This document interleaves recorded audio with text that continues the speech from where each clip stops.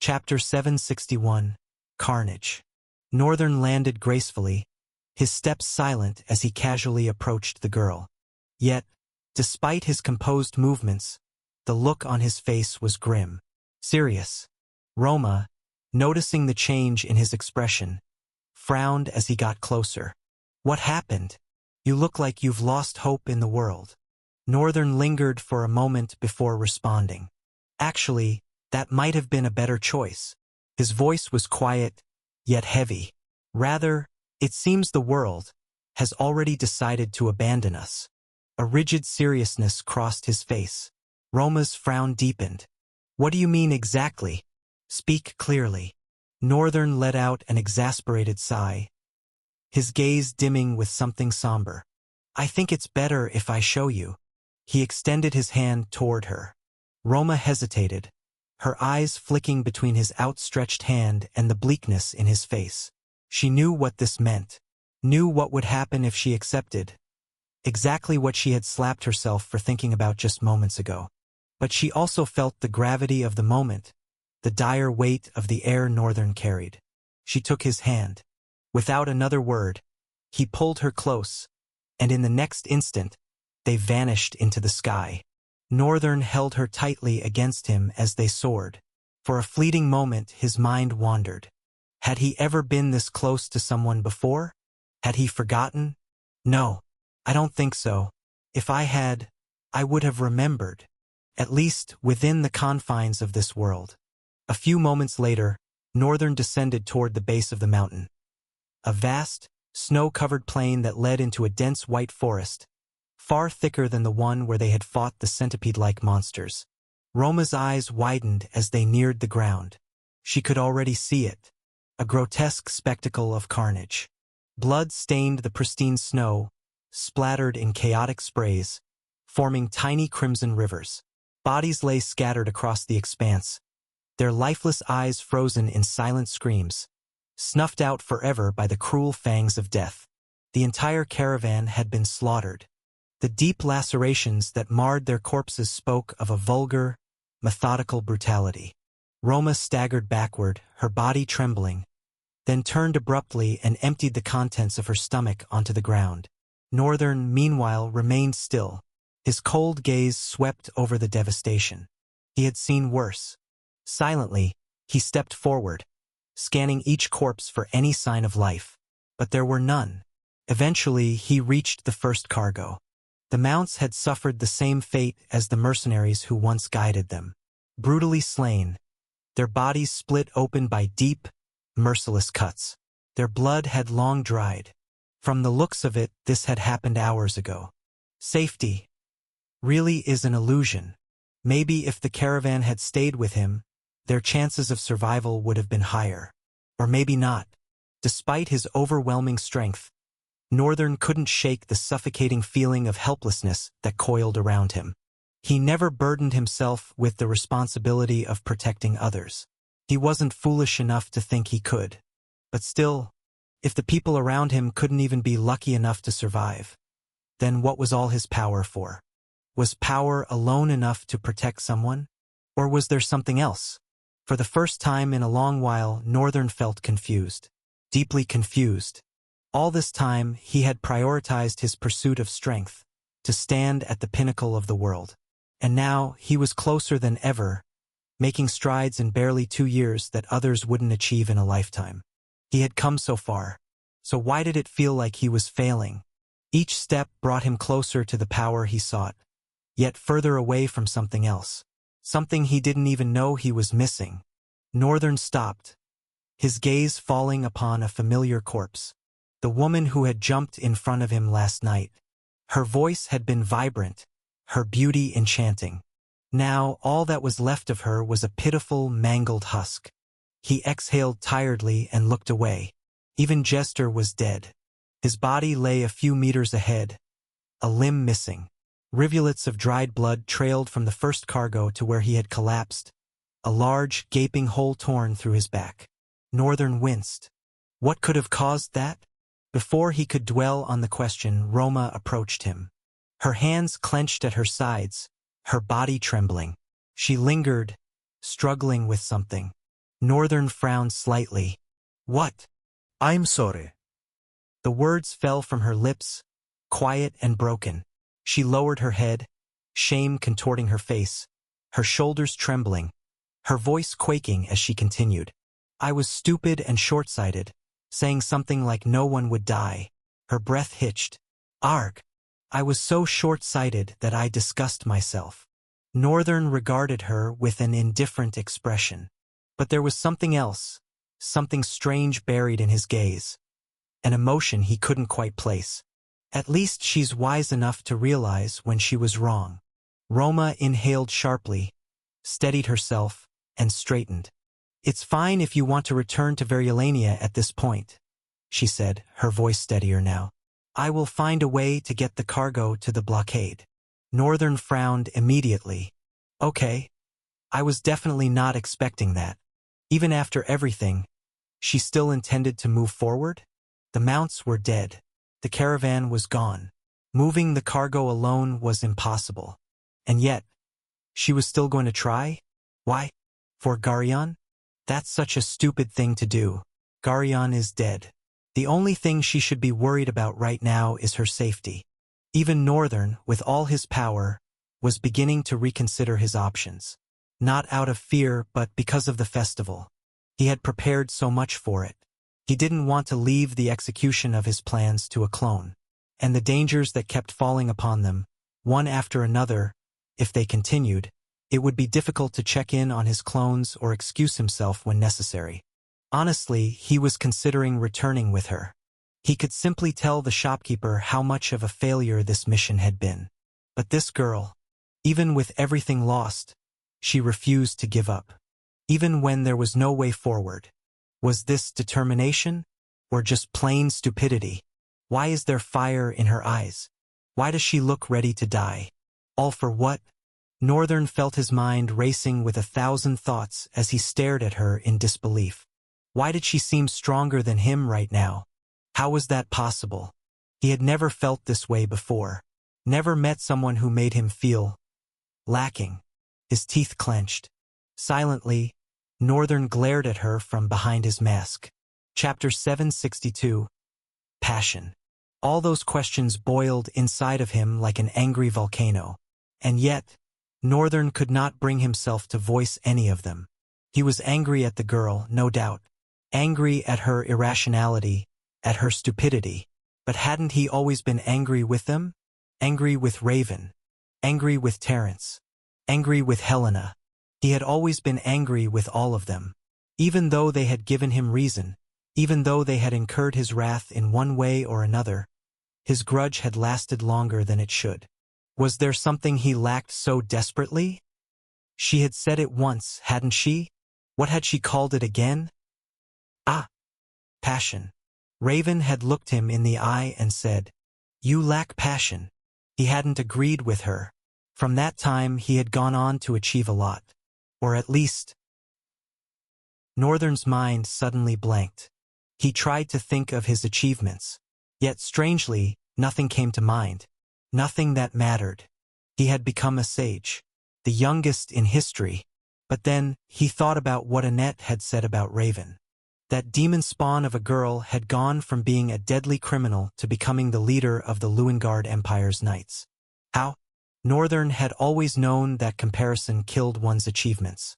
It made them feel small, insignificant. But standing here, in this moment of reflection, what else could he do? It was always everyone else that was the problem. But was that really the case? Did he not need to start looking at things differently? Try a bit more? And if he did agree, then his proper reaction right now should not be anger, but rather sincere curiosity. Northern sighed, blinking as he suppressed himself. Then, he looked at the girl evenly and, without a word, reached up and removed his mask. Roma startled slightly, eyes widening. Ah! She froze mid-sentence, caught off guard. He was beautiful, a beauty that did not belong to this world. Pristine, jaded, untouchable. His eyes held something indescribable, something that made her heart stammer against her ribs. Then, his hoarse voice cut into her thoughts. "My name is Rian. I'm Roma." She looked away, scratching her cheek, still utterly confused. Northern simply averted his gaze, scanning the land around them. His expression darkened. "There's not enough time to bury everyone," he said. "Whatever killed them isn't far. Probably smells us already. If we want to get to the blockade, we need to move fast." He turned back to her. "Do you know the way?"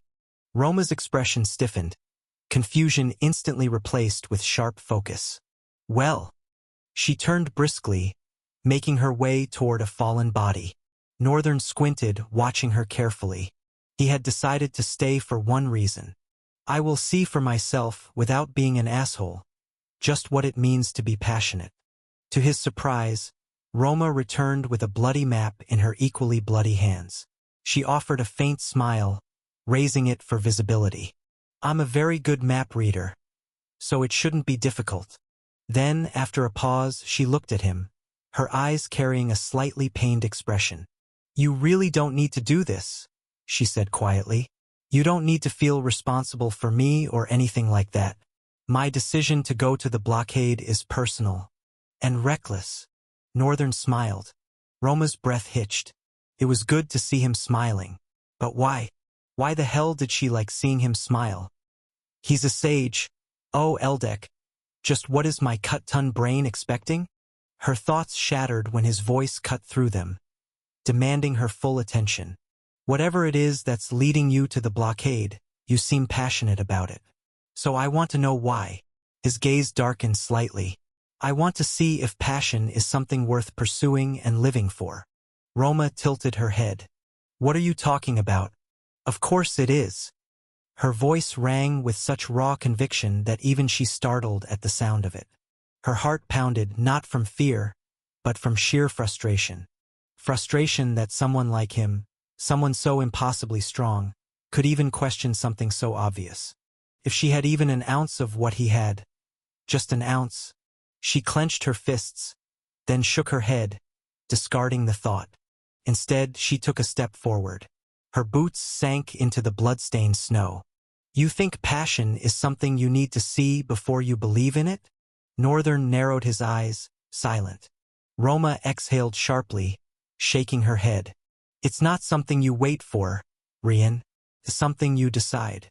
Something you throw yourself into, even when it makes no sense." She scoffed. "Well, I don't expect a sage to really understand that." Northern frowned slightly. Being judged on such a premise did not feel good. Roma glanced at the carnage surrounding them. "I'm sure you think I'm stupid for still trying to reach the blockade?" Northern's expression shifted slightly. He was glad she knew his stance on her stupidity. Her voice followed quickly. "Maybe I am." She lifted her chin. "Maybe I should turn back. Go home. Pretend none of this ever happened."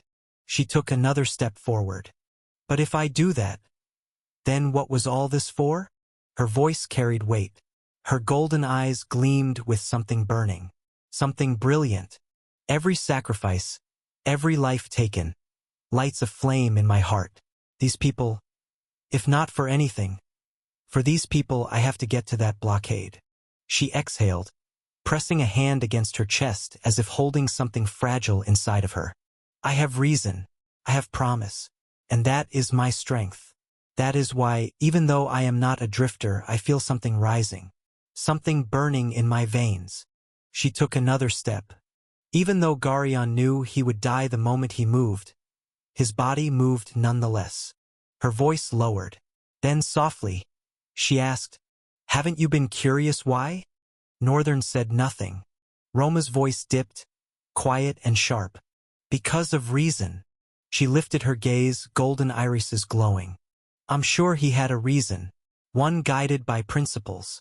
So therefore, he couldn't just bring himself to sit still and hope you survived." Her hands clenched. "Strength without something to fight for, it's empty." She pressed her hand more firmly against her chest. "I'm going to the blockade because I have a reason. I don't care if it's reckless. I don't care if I die doing it." Her breath trembled. "Because if I turn back now, I might as well already be dead." The words settled in the cold air. She inhaled deeply, gaze still burning. And that's why passion matters. She let her words settle between them like falling snow, watching him closely. So don't just follow me to observe, Rian. She turned away and said over her shoulders, if you're coming, then fight for something, even if it's just to find out what that something is. Chapter 763, Moving Forward. Roma's words continued to sting in a discomforting way, helping Northern to realize he might have underestimated the journey of growth. Correction was very difficult to swallow when he stood far superior than the corrector. However, every word she spat made more sense than he could make excuses for. She was right, or maybe she was right, and if she was right, would this be the last thing he needed? Would this make his life and goal meaningful even if he loses? Northern silently scoffed at the thought. He didn't think so, but trying was not going to break his bones at the very least. Could cost him a strain or two, but nothing he couldn't get over. The perspective Roma offered, he welcomed it. He was going to find this thing called passion in the endeavor forward. The girl was silent. She moved from corpse to corpse, closed her eyes and mumbled something beneath her lips. Northern couldn't hear even if he wanted to. Unfortunately, he had very weak ears. In the meantime, while she did that, he shifted his attention to the cargo and thought for a while what to do about them. They needed a few mounts for a successful march to the blockade. I have a few to spare. Closing his eyes, he submerged himself in a grave silence, focus sharpening the angles of his face. Then a couple seconds later, a giant whirlpool began to appear in the middle in front of the cargo, between Dead Jester and the first cargo. The landscape began to tremble, softly making Roma stop and turn to Northern with a slight frown. Seeing the rift, her frown drew out a widened eyes instead. A rift! Her shoulders trembled as an oppressive wind suddenly blew and assaulted her with chills, prompting her to throw her arms around herself. What is this? What is this eeriness about? Roma's lips pulsed in silence, her eyes breaking out in wordless wonders. Slowly, the creature began to drag itself out of the rift, first revealing its sinewy body, deep eyes glowing with a distinguished red light. The sheer size of the monster sent jolts of electricity traveling across Roma's body. It was as tall as the trees, in fact. Its simple and slow movements plowed down the trees closely standing around it. The creature had 6 legs, rippled with sculpted muscles. It had a brown, stony skin on its back, and all over its entire hunched body were metallic shackles worn lime bracelets, with chains extended out of certain strategic points. The beast of burden was like a 3-legged rhino. Each step it carried burdened the earth terribly with its massive weight. Its large and long tail ended with a spiked ball, smashing the trees and weakening them at their base with its subtle movement. Eventually it came to a stop a breath away from the young man that had commanded it to come forth. Northern shifted his gaze to Roma and said with an even voice, if we are going to reach the blockade with any bit of advantage, we would need my pal here. Roma was frozen in her stare. She wanted to speak, but the words scattered in her mouth, which she opened and closed severally. Her mind toiled and struggled with so many questions that she couldn't put to words because of the sheer might of what she was seeing. Night Terror was not the only souvenir that Northern got from his first rift. The beast of burden had been an enslaved mount that naturally got absorbed into his soul along with the rift itself. Much later he discovered that the beast was actually a part of the rift, and even though it could, it never left the embrace of the palace thrown afar the mountains. He never saw any need for the creature and sometimes was too skeptical to command it, worried if the creature would not get out of hand. That worry still persisted even now.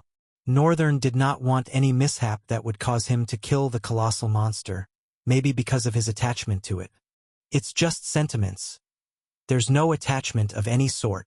He looked at the girl and tilted his head slightly. Are you okay? Roma slightly shook her head, looking at him with a mix of frustrated anger and awe-inspired sadness. Then she said, Am I okay? Who in their sane mind would be okay after seeing a monster the size of a tree? How exactly are we supposed to move with that? No, wait. Forget how. What is that thing to begin with? Each of her screams ended with a punctuating throw of her hand at the beast. Northern glanced at the beast of burden and blinked. Oh, Don't worry about that. He snapped his finger, using it as a sign command for the beast. The beast of burden shrank, its massive frame rippling and folding inward like a collapsing mirage. Its towering, stony back compressed, muscles coiling and condensing, until it stood no taller than Northern's shoulder. The chains adorning its body clinked together like wind chimes, their once heavy presence now draping over the creature like loose jewelry. Roma's breath hitched as she staggered back, her hands twitching with half-formed thoughts, uncertainty scrawled all over her face. You just, she stammered, her voice teetering between panic and fascination. You just made that thing smaller. Like, it was nothing. Northern tilted his head slightly, expression unreadable. Because it was nothing, he replied, as if that explained everything. Roma let out a half-laugh, half-scoff, running a hand down her face. You're impossible. He merely shrugged. Then, as if it had been waiting for its cue, the beast of burden stomped forward, its reduced form still carrying the raw weight of something ancient and indomitable. Despite its smaller size, the air remained thick with its presence, pressing down on the environment like a silent decree. We'll load the cargo onto its back, Northern continued, gesturing toward the supplies. With this, we won't have to waste energy dragging everything manually. Roma squinted at him, skepticism warring with a dawning realization. He is amazing. Although she still felt disappointed at the mentality he carried, that did not dilute the fact that he was a sage, an extremely powerful and influential existence in the world of drifters. What was such a person doing here with mercenaries traveling with her? She froze for a moment, reflecting on their argument just a while ago. Her body shivered as she remembered everything she said. Eldek, I said all that. Northern watched her for a moment before moving toward the cargo, his fingers curling slightly as he manipulated his strength. With practiced ease, he lifted the heaviest of the containers, positioning it atop the beast's sturdy back. The metallic shackles binding the creature rattled as it adjusted to the weight, but it did not resist. He's not going to want to sniff away my life before I even get the chance to realize it, right? Her lips pressed together into a thin line. She swallowed and exhaled before turning back toward the scattered corpses. Her earlier task was unfinished, and even now, the wind carried the faint echoes of her whispered prayers. Roma finished her murmured rites, standing over a particularly mangled body farther than the others. Northern did not pry. Instead, he continued securing their supplies, weaving the straps and bindings with efficient, methodical movements. The rhythmic clinking of chains and shifting of cargo filled the silence, an odd harmony in a place littered with death. Minutes passed before Roma finally turned back to him. Her expression had settled into something unreadable, though her fingers twitched at her sides. What's next? She asked, voice quieter than before.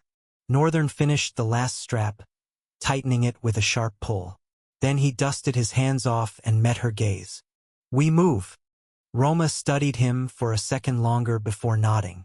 Without another word, she hoisted herself up onto the beast's back, settling atop one of the containers. The creature did not react, merely stood there, still as a mountain. Northern climbed up as well, positioning himself at the front. His fingers brushed against the creature's hardened hide, a silent command passing between them. The beast of burden obeyed. With a slow, earth-rumbling motion, it began to walk. The forest seemed to pull back around them, trees parting in the wake of the monstrous steed. The air hung thick with the scent of damp earth and lingering blood, but Northern kept his gaze forward. A slight frown tugged at the edges of his brows as they pushed forward. He could already sense it. Those darned abominations were already pouring in from all directions. It was a given. Even with the minimized size of the beast of burden, their movement was still large and elaborate, easily demanding the savage attention of the field monsters. Noticing his facial expression, she lingered for a bit before asking, "What is wrong?" Northern squinted his face a bit. "Nothing really concerning. Just hold steady. This will be over before you know it." Huh? Before she could say anything else, Northern jumped away. Chapter 764. Childhood. Some time later, Northern landed gracefully on the beast of burden. Just as he had said, it hadn't taken long. The monsters closing in on them had vanished completely, their savage snarls and relentless pursuit brought to an abrupt and dreadful end. Yet, despite that, Northern still looked slightly bothered. Noticing, Roma thoughtfully debated whether to ask before finally speaking. "You don't look satisfied." Northern glanced at her, then sighed. "It's nothing. I'm just slightly worried about the monster that destroyed the caravan." Roma frowned. "I thought it was a group?" Northern lingered for a moment, his gaze fixed on the horizon. "No, it wasn't. The wounds were identical." Roma tilted her head. "That could mean several monsters had the same kind of weapon. Maybe you killed them just now." Northern was silent for a moment. She was close. Her reasoning was logical, but it was incorrect. His chaos eyes had seen everything. Even without trying, the intricate details of the wounds had been imprinted into his mind. Each cut was perfect, smooth, precise, consistent. If it had been a horde, there would have been a pattern, yes. But not this level of exactness. There was no variance. No slight imperfections that came from different hands striking at different angles. This had been the work of one. The caravan had encountered a singular force, a monster far beyond their capabilities. Northern blinked, his eyes turning resolute. "No, I'm sure about it. The bastard that killed them is ahead of us. We'll probably come across it soon." Roma swallowed, shifting her gaze forward. She didn't quite know how to feel. She was in the safe presence of a sage. That should have been comforting. But for some reason, it wasn't. This wasn't like her. She hadn't grown to this point by riding on others' backs. Pulling her legs closer, she wrapped her arms around them, resting her chin on her knees as she stared ahead with a somber expression. The day star was slowly descending, its light fading. The cold crept in stronger now, intensified by the powerful strides of the beast beneath them. Northern glanced at her. "Where's your cloak?" She hesitated. "I used it to lay Garyon to rest." Northern tilted his head slightly. "Isn't that a useless thing to do? Garyon is dead. His body won't feel the cold, but you will. You need it more than he does." A faint, pale smile curved her lips. "Maybe you're right, but he looked like he needed it more than I would." Northern shook his head. Understanding the girl had proven to be a daunting task. Even now, when he was making a genuine effort. A cold silence drifted between them, stretching for a few seconds. Then, without a word, Northern summoned a black cloak and offered it to her. Roma blinked, retracting her head slightly. "What? I have no use for this, so you can have it." He paused. "Not permanently, though. I don't think ordinary humans can keep soul-bound items forever. But as long as I'm around." "Yeah." Roma stared at him for a moment, a flicker of surprise in her eyes. Then, she reached out and accepted the cloak with a small, tender smile. "Thank you." Northern turned his gaze forward without another word. The cold wind howled through the air, almost as if it had noticed Roma had been reinforced. But now, wrapped in the strange warmth of the cloak, it became more bearable. She admired it for a second, her eyes glittering. Then her expression turned somber. A prolonged silence followed before her voice cut through, soft and steady. "So, Rian, you grew up in Variolania?" Northern thought for a moment, then shrugged. "Quite." Roma lowered her gaze slightly. She hesitated for a bit. Then carefully she asked, "So, how was your childhood?" Northern took a moment before responding. His gaze dimmed as he summoned memories of a distant past. "Nothing worth mentioning. My parents, especially my mom, were quite protective of me. I was only allowed to wander a few meters around the outskirts. I wasn't allowed to visit some neighbors because my mother thought they were sketchy. My dad would always tell her she was paranoid." He chuckled lightly, but he was just as bad. He'd stupidly forget important details, do things that made me question if he was really that old. Oddly enough, it felt like I was the adult in the family. He paused. Then, belatedly, he realized how much he had rambled. A faint flush of embarrassment crept up his face, but he quickly swallowed it, keeping his expression cool. I'm sorry. I lost myself for a minute. Roma smiled, watching him. Is this the first time? Northern raised a brow. First time for what? The first time you've talked about your family. Your mom and dad. Northern turned his gaze forward, silent for a few beats. I think so. Roma studied him, then asked softly, do you want to talk more about them? Northern hesitated. I don't think so. She smiled. Then, slowly, she turned her gaze toward him. And at some point her stare lingered. Northern felt it. Felt it long enough that it started to creep beneath his skin. He frowned. What? Roma tilted her head slightly. Then, she murmured, your eyes. Northern narrowed them slightly, struggling to comprehend her meaning. She added, your eyes. They sparkled when you talked about them. Her lips curved upward, her golden eyes gleaming. You should have seen it. It was beautiful. Northern stiffened. Before he could react, she continued, tell me you love your parents without saying, I love my parents. That's what that was. She smiled largely now, her pearly white teeth shining. Northern flushed again. But he suppressed it, keeping his face straight. After a second, his voice cut through the moment. Isn't that a given? Silence followed. Then, after some thought, for the sake of change, Northern spoke again. So, what about you? Roma blinked. Your childhood, he clarified. Where did you grow up? Roma turned to him, eyes slightly widening. For a moment, she just stared.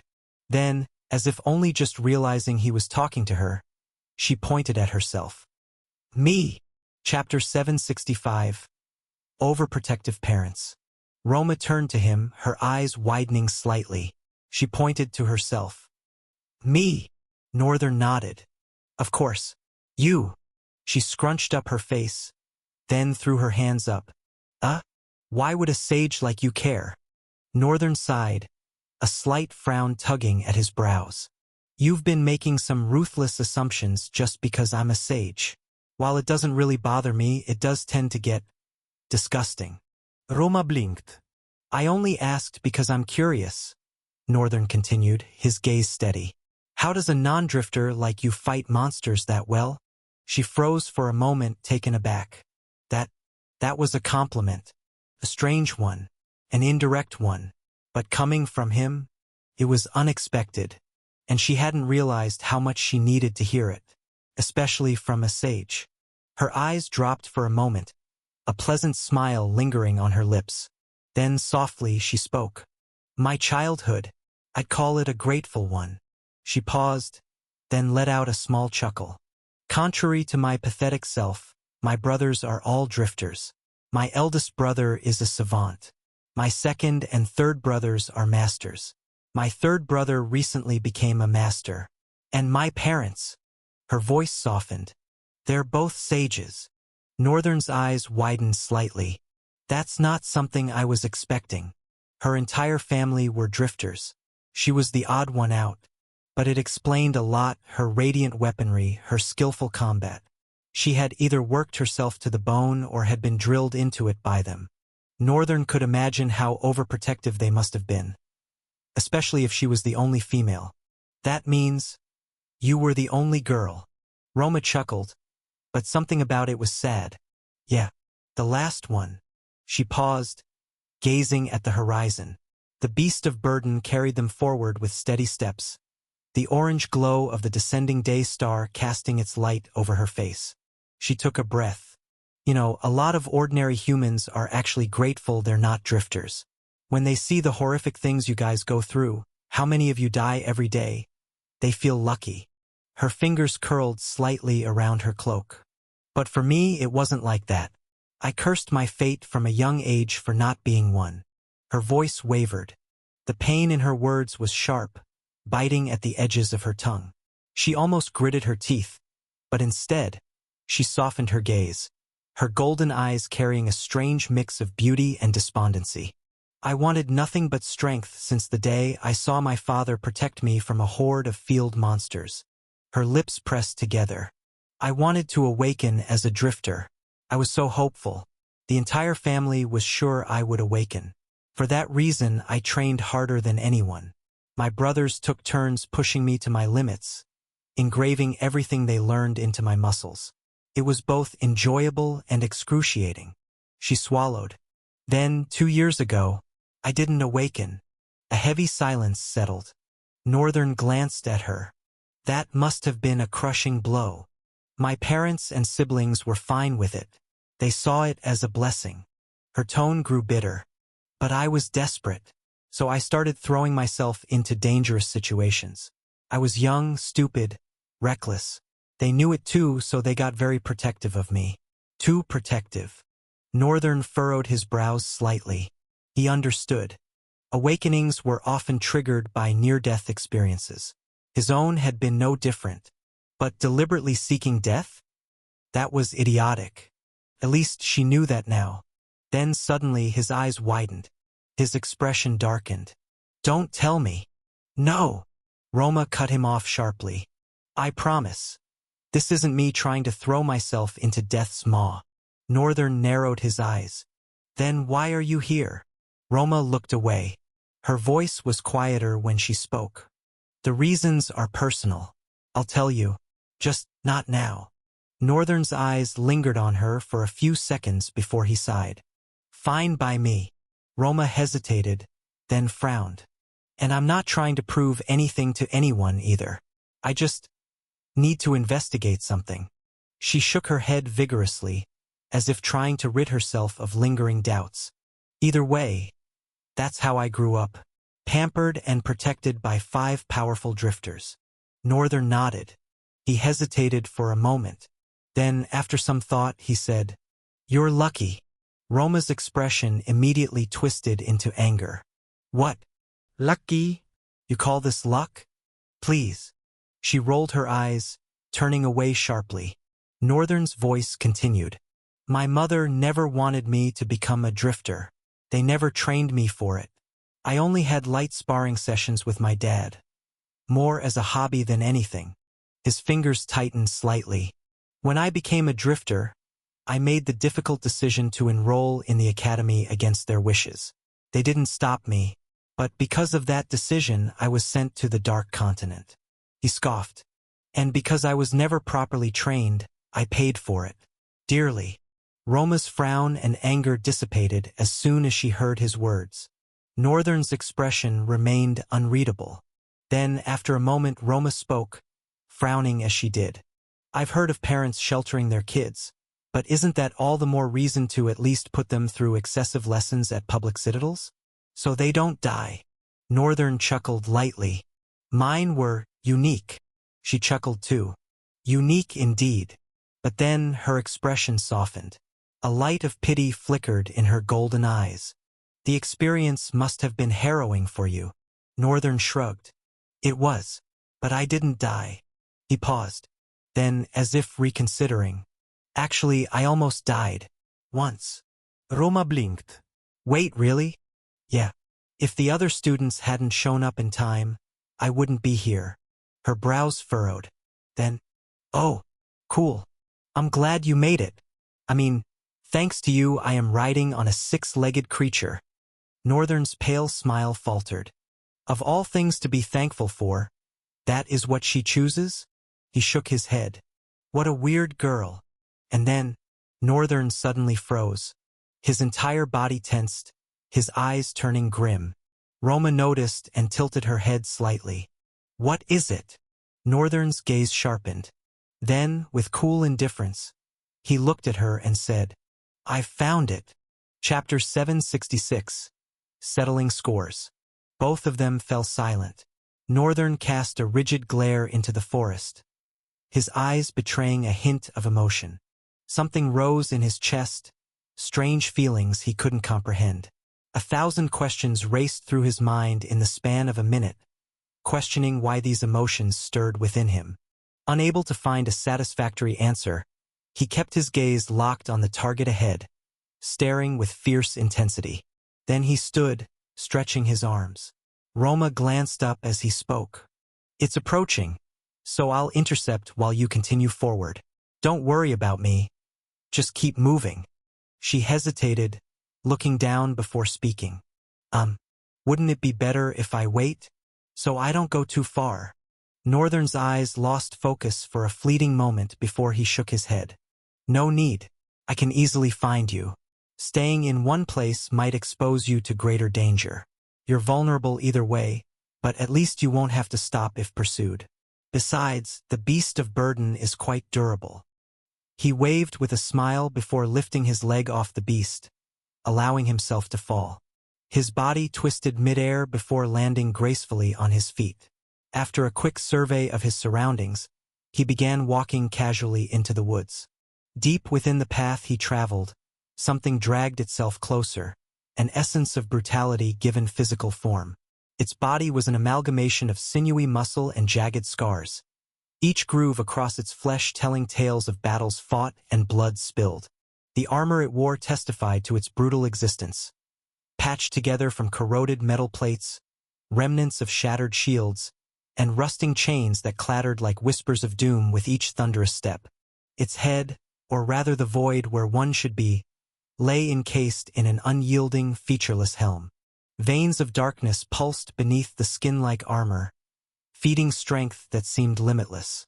The creature wielded an enormous cleaver-like blade, a jagged slab of iron capable of cleaving through stone as easily as flesh, its surface gleaming with a lusterless, unholy light. The creature dragged itself forward, emanating a low snarl that resembled an ancient tree slowly splintering. You have changed your name. Having glimpsed its form earlier, Northern had determined that Titan's reckoning would be the optimal strategy against this brutal monstrosity. He halted after walking for a while, staring ahead.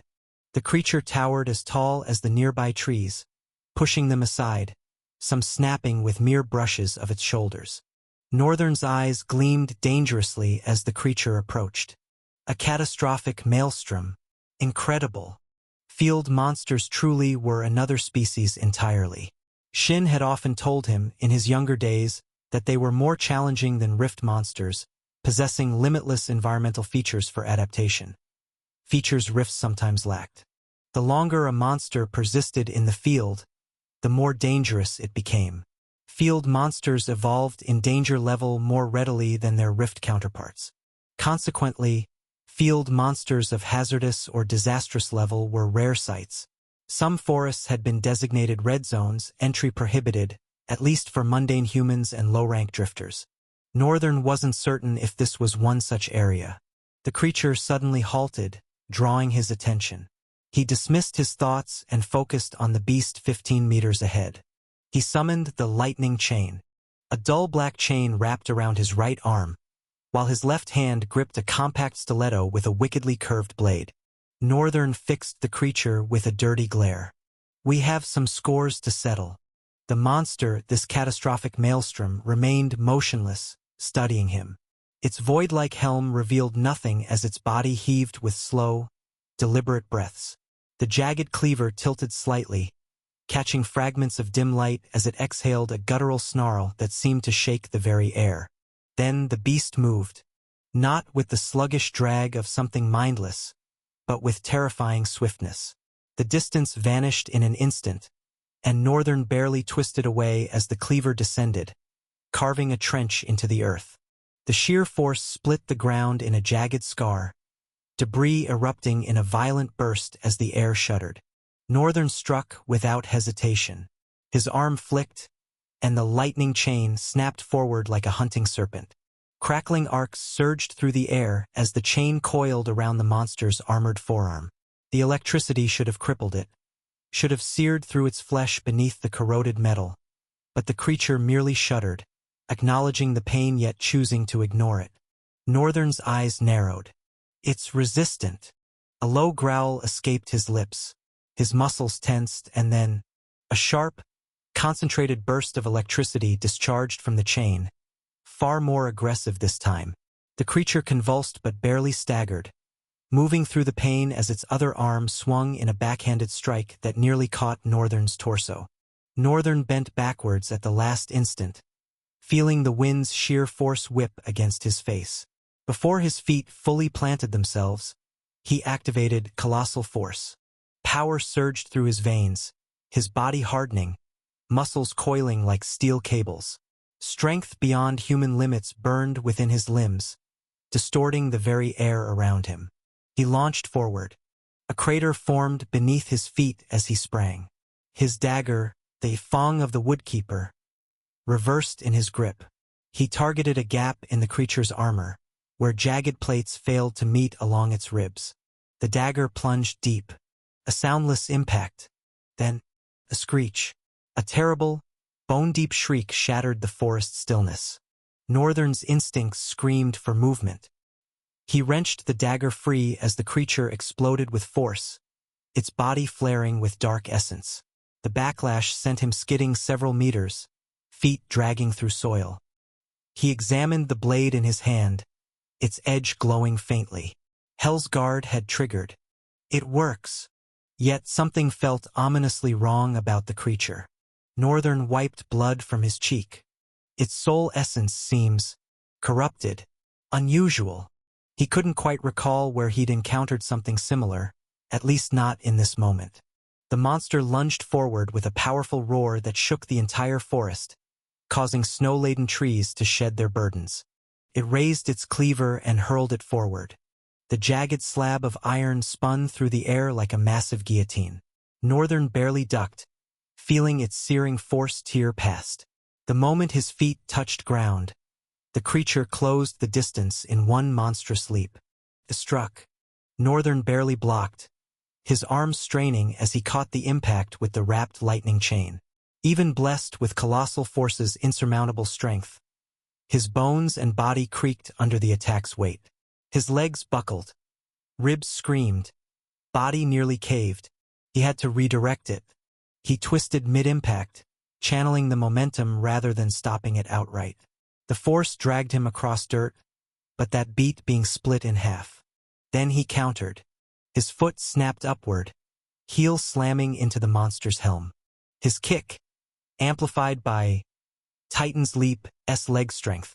Northern paused, shocked. The impact made it stagger, not much but enough. Were they equally matched in strength? Northern hissed. No time to contemplate. He followed up in a blur, dagger flipping in his grip. He buried it deep into the joint between shoulder and torso. Another burst of burning energy. Hell's Guard ignited again. This time, the creature reeled back, a shriek of rage pouring from its void-like helm. Its massive hand lashed out. Northern dodged. He seized the lightning chain still looped around its arm and pulled. He snapped the chains backward with tremendous force. The monster flew helplessly toward him, turning nearby trees to splinters. Northern struck in rapid succession, launching a devastating kick into the creature's midsection. A thunderous shockwave resonated through the forest, sending trees reeling and clearing the area instantly. The massive monster staggered, clearly wounded. Black blood spurted from its helm, but it suddenly froze, then straightened. An ear-splitting shriek erupted from its helm, shattering the momentary silence. Chapter 767. Stupid Mistake. Northern clutched his ears, bending down with an agonizing cry as the creature's piercing shriek assaulted his senses. His thoughts twisted into a tangled mess, as if every strand had been grabbed and smashed together in a single instant. Damn it. What was it with monsters and their relentless assault on his ears? Blood trickled from his eardrums in dismissive streams. He wiped it away with a single finger, ignoring the rest. His expression darkened into a frown. I'll make you pay dearly for that, you stinking mound of rotten flesh. Barely a second after his last word, Northern launched forward, slicing through the distance, descending upon the massive maelstrom. The monster sensed him with ease, its hulking, rotten form shifting. Then, with a brutal swing, it brought its cleaver sword over its head with ferocious strength. Northern's eyes flicked to the incoming blade. He threw his hand into the air. Lightning chains erupted with a bright flare, wrapping around the cleaver's sword, their crackling force slowing its momentum. At the same time, Northern adjusted midair with surgical precision, shifting seamlessly from his dive into a lateral flight. The cleaver ignored the force of the chains, tearing through the air where he had once been, splitting wind and space alike. Northern rolled in the air and came to a pause several meters ahead, his gaze drilling down on the creature with a sinister glare. The rotten mass of flesh, despite being eyeless, headless in a sense, tilted its void helm slightly, observing him. Then, it moved, grabbing a thick tree, wrenching it from the ground with monstrous power. With a circular motion, the monster hurled the tree into the sky. Northern effortlessly ascended, dodging the massive projectile. But before he could exhale, several more trees were already barreling toward him. They weren't difficult to dodge, just a matter of threading through them with precise maneuvers. The ones that came too fast? He shattered them with his smoking fist. The battlefield expanded. The once dense forest had been forcefully thinned, darkness diluted by the sudden openness. Yet neither of them cared. Each was wholly fixated on annihilating the other. Northern dodged another incoming tree, then suddenly vanished. He reappeared behind the monster. Before the creature could register his shift, Fong of the Woodkeeper bit deep into its rotten flesh, carving downward in a ruthless arc. A splurge of black ichor sprayed into the air. Northern was swift, decisive, his movements efficient and precise. He flew backward as the monster released a deep, guttural cry, staggering forward. The lightning chains cracked like demented whips, wrapping tightly around one of the creature's legs. The moment it stumbled, Northern took advantage of its chaotic movement and yanked, pulling its leg backward, causing the monstrosity to crash face first into the ground.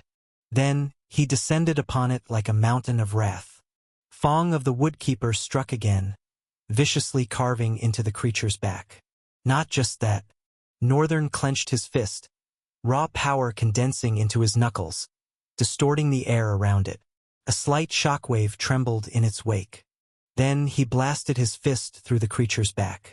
Taking advantage of the immobilization, Northern bulldozed as many titanic punches as he could into the monstrosity's flesh. His eyes burned dangerously, blue light seeming to flare wickedly as each strike descended on the monster with a callous intensity. Northern, for some reason, felt his rage soar as he rained down boulders of blows on the creature. He continued, a thunderous sound rolling through the forest until the creature's body fell still, unmoving. Northern arched a brow. Although he did not hear the system announce it, the damned mound of rotten flesh was dead. The boon of having a second name, of evading Ul's judgment of his anomalous existence, was incredibly soothing. A wide grin spread across his face. He leapt from the corpse and hovered in the air for a moment, staring at the decayed mass of flesh. Then he took off. He froze mid-air, suspended in the cold winds of the sky, carefully scanning the distance. His splintered eyes found what he was looking for in an instant. His brows twitched. Huh? That's strange. The beast of burden wasn't moving. Grimacing, Northern blasted through the air, tearing across the sky, arriving at Roma's position in half a dozen seconds. He landed as lightly as a leaf on the massive mount and peered down. Roma wasn't on the beast. Instead, she stood on the ground, speaking with a small group of people. She had just finished conversing with them and was now helping them climb aboard. Northern's frown deepened. What is the hell is this reckless insect doing? Roma noticed him and waved, her voice sharp with authority. How about you lend a hand instead of just sitting there staring? The woman at the forefront of the group, one of the 5 struggling to climb, had a large stomach. No, beyond large. She's pregnant. There was no mistaking it. The strain on her face, the way she pulled herself up the mount. It was clear as day. She reached the top without assistance and bowed her head slightly. The young lady said you are more than happy to help us, she said softly.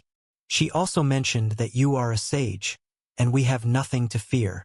Northern stared at her, his expression bleak, not entirely sure what the hell was going on. More people were climbing the beast of burden now. The mount was broad enough to seat at least 20 without anyone worrying about falling. in its full capacity, could easily fit 500, perhaps more if space was managed well. A frail voice suddenly cut in. "Young man, Tatch sent you. We were sure only death awaited our poor fates until seconds ago." An elderly man stepped forward, clasping his cold hands together, almost too cold, nearly unsettling. He held Northern's hands tightly, shaking them with a smile that wrinkled his entire face. "Thank you so much." The other 3 humans bowed, their expressions softened with relief and gratitude. Northern, however, only stared. A creeping sense of regret settled in his gut, wondering if he had made a very, very stupid mistake in deciding to follow Roma on this journey to the blockade. Chapter 768. Rewards. The journey to the blockade continued in silence. Much later, after they had boarded the beast of burden, Northern became aware of the traveler's condition. A horde of monsters had attacked the nearest town to the southwest, forcing many to flee for their lives. However, countless others had fallen victim to the ravenous maws of the creatures lurking in the thick forest. Those who had survived owed their lives to hundreds of lost lives and 3 drifters. Among the group, only the old man and the pregnant woman were ordinary humans. The other 3 bore bleak, sullen expressions, their eyes heavy with the weight of loss, pressing a suffocating tension onto the atmosphere. At first, Northern didn't care. He truly didn't. But as the journey dragged on and he observed how disconnected they were, each person withdrawn despite sharing the same beast of burden, he found himself pondering the weight of hundreds of lives. He had never allowed himself to feel responsible for the lives of others. When they died, their deaths did not burden him. Except for one. One death had sent him spiraling into the depths of the infective madness of the red mine. It had struck him deeply, though he had lunged forward, though he had moved on. This one wound remained. A scar he counted. The first, the only meaningful one. The rest of the events in the Dark Continent? He had remained distant, unconcerned with anyone or anything beyond survival. The people he had killed in Sloria? Regretful, but they would have done the same to him. Death had never weighed on him. Until Garion. Just as that monster had once shielded him, Garion had too. That was a weight he carried. But could it compare to the burden of hundreds of lives? He wasn't sure. Northern sighed and closed his eyes. Something else required his attention. His consciousness dove inward, and when his eyes opened again, he found himself in another place. A familiar room. The scent of the city and snow mixed with the rich fragrance of his luxurious enclave. He sat still for a few moments, replaying the day's contest in his mind. The most useful person in the contest had been Aster. Northern regretted not witnessing it firsthand. But for the first time, the chatterbox had proven his worth beyond his endless boasting. On the fly, Aster had taken scraps of metal and meticulously crafted what he called a thruster, a mechanical device that embedded a flat slab of metal into reinforced alloy walls. The key difference was that its thrust grew stronger with the amount of essence it consumed. Essence, when channeled by masters, could reinforce objects, starting with their own bodies and extending to mundane materials.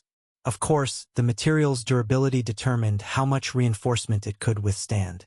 A thin piece of metal, for example, could endure a slight infusion of essence, becoming strong enough to cleave through a tree, though not in a single clean slice. Too much reinforcement, however, and it would disintegrate.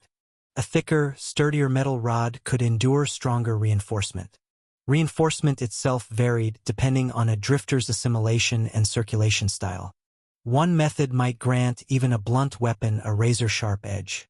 Another might turn the same object into an unyielding bludgeon. Everything depended on the principles of their essence manipulation. Of course, to Northern, all of this was meaningless. He used essence circulation but chaotically, letting it run through every fiber of his being without concern for methodology. He could probably reinforce objects if he tried, but the principles behind it, he had never bothered to learn. He had never needed to, until this afternoon. Aster had needed everyone's essence to reinforce the metal. The others had played their part, contributing as much as they could. They were close to victory, so close that Northern's absence from the process had almost been detrimental. A rare and unacceptable scenario for someone who had put so much effort into bringing things to fruition through sheer will, a lone wolf to the core. But then their essence ran out. Aster, already occupied controlling the machinery, couldn't spare more.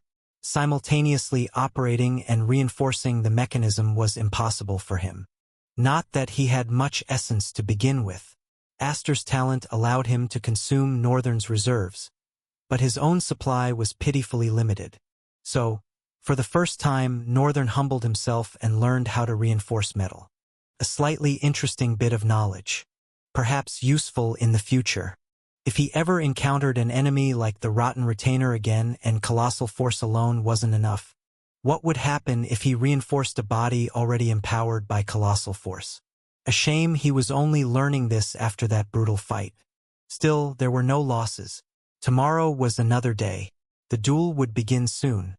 After the contest, he had collected the duel placement slip, and the rewards for finishing first place had arrived. The team had received 3 items each, along with a massive sum, 10,000 orens. The items included 1 lordly great armor, a weapon, and a charm. The armor was a sleek, black ensemble, adorned with several straps and belts. It bore 3 orders: stealth, rendering his steps soundless; spatial silence, erasing movement disturbances in the air; lightness, increasing his speed. The weapon, Longshore, was a double-edged longsword. It carried a single order, yet it was a powerful one. At desperate times, the cleave of Longshore will ignore distance. However, its length posed a challenge. Northern held the sword, feeling an odd imbalance in its weight. It was a difficult weapon to wield, but undeniably a beautiful one. Under the moonlight, it gleamed with a serene, silvery sheen, like a gentle yet merciless executioner. The charm was designed to enhance weapons, increasing their sharpness and durability. While it could be used with other items, it worked exceptionally well with blades. After inspecting his prizes, and indulging in a brief moment of fantasizing over the bag of orens in his hand, Northern left his clone. He would come back to finish the last part of the contest himself. Then he returned to the Beast of Burden. The final battle awaited. Before drifting into sleep, he summoned the moonlit scale. Chapter 769. The Shadow Drifter. The road ahead stretched endlessly. Throughout the night, the Beast of Burden pressed forward without stopping, while Northern slept upon its back. But even in sleep, his vigilance remained unbroken. He was always aware because his dreams were of reality. Nothing would slip past him. The other travelers also took moments of rest, though it was difficult to sleep on the trembling back of the massive beast. Eventually, exhaustion overtook them one by one. Even Roma, who had stubbornly forced herself to stay awake, watching for danger so she could rouse Northern at the first sign of trouble, succumbed to drowsiness. Though she resisted longer than the others, sleep found her as well. The night was bleak.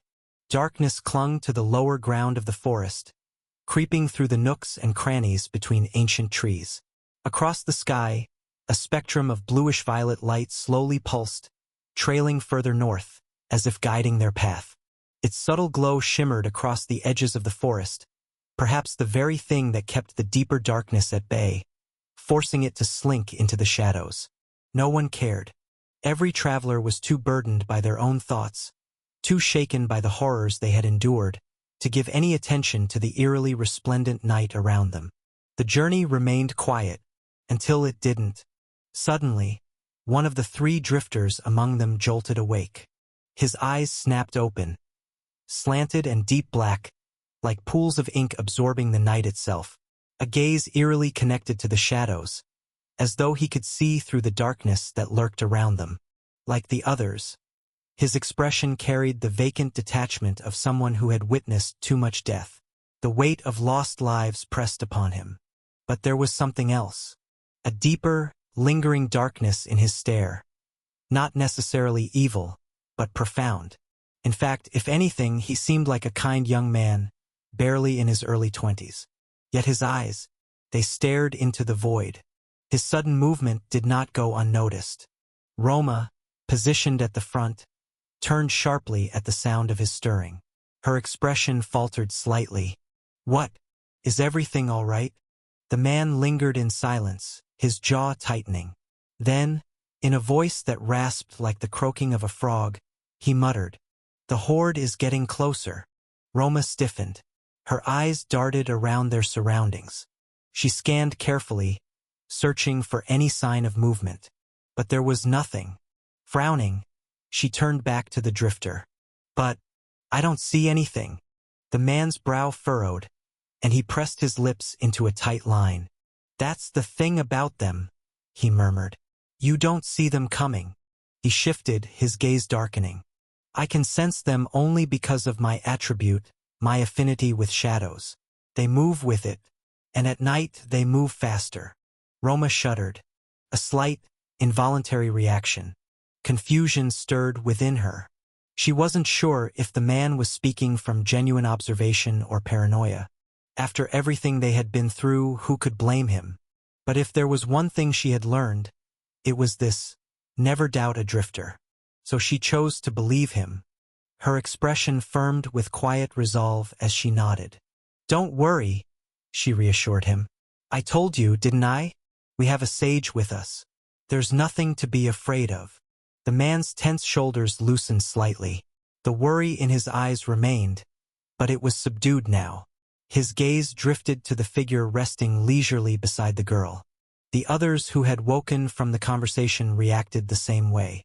The mere mention of a sage was enough to settle their anxious hearts. Yet, at the same time, a different emotion flickered across their faces. Confusion, doubt.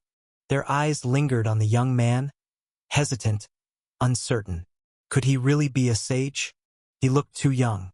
Northern was tall, strikingly handsome, and carried himself with effortless confidence. If he told them he was 25, he could probably pass without question. But that was precisely the issue. Even 25 was too young for a sage. No one, absolutely no one, expected that the boy they were all looking to for protection was just 17 years old. But the girl had assured them. She had even told them that the powerful beast they rode upon belonged to him, that he had single-handedly subdued the monster. And it was hard to deny. Northern emanated a presence that was both pristine and domineering. His aura undeniable. Yet, they had been through too much. It was difficult not to doubt. Meanwhile, Roma shifted slightly, reaching out to tap Northern awake. Before she could, however, he stirred. His eyes opened, sharp and aware, as he smoothly propped himself up. Roma froze.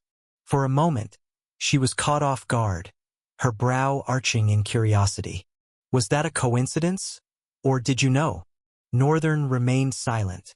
He didn't answer right away. Instead, his gaze shifted, moving past her, turning to the young man who had just alerted them. Profile.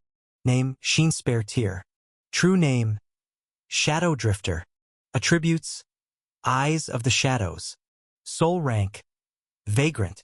Soul core saturation, Mid. Talent, Shadow malleability. Talent class, C. Talent ability, Shadow release, Shadow command, Dark blade. Now that's interesting. A faint smile tugged at the corners of Northern's lips, threatening to surface, only to fade before it could fully form. He had never encountered a shadow-type or darkness-type talent before, a talent with a name linked directly to the shadows. But it made sense. After all, there were talents for ice, fire, water, every elemental force imaginable. So why not shadows? For a moment he contemplated. Should he copy it? A tempting thought. But Northern had something far more important ahead: the blockade. Lithia was a city of merchants, a thriving hub of commerce. And where there were merchants, there were drifters, the kind that wealthy and influential traders hired from the citadel to safeguard their goods. Which meant there were bound to be stronger, sweeter talents waiting for him. A buffet of power, delicious talents ripe for the taking. His hesitation deepened. This was his last slot, before he could move up to the next soul rank. A moment later, Northern exhaled softly. Then he blinked. And at the end of that blink, Chaos Eyes manifested. A subtle shift. An imperceptible change to most. But not to the young drifter who had sensed the horde. His entire body shuddered. A visible tremble crawled through his limbs as he instinctively tried to retreat, scrambling backward. Before he could, however, Northern stood up. Then, without a word, he leapt off the beast of burden. Chapter 770. The Shadow in Thrall, Part 1. Northern hovered in the air, arms folded, his gaze piercing the brooding darkness below. The cold winds clawed at his skin, but their scrapes were nothing more than whispers, harmless chills that even a child could endure. Any other person, of course, subjected to such cold, would likely shiver to death. His eyes, each one sharp and splintered, scanned the ground with meticulous precision. Northern's danger sense picked up nothing. His spatial awareness detected no anomalies. And yet, the Shadow Drifter had insisted something was wrong. He had to be right. After all, they had survived something. And they were running from something. Northern frowned slightly. What he didn't like, however, was that this something had now become his burden thanks to that strange, infuriating girl called Roma. Not that he was surprised. Perhaps because he had taken the first step toward understanding her. Or perhaps because, in a strange way, she amused him.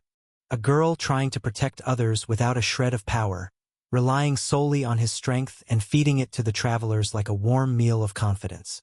He shook his head, chuckling under his breath. She really is a shameless one. Returning his attention to the ground, Northern scrutinized the shadows. Natural, undisturbed. Even his chaos eyes revealed nothing. He almost considered returning to the beast of burden. But then he froze. He hated leaving questions unanswered. If there was something lurking beneath, he would find it. His body flashed downward, skimming the treetops as his vision coalesced, sharpening with absolute clarity.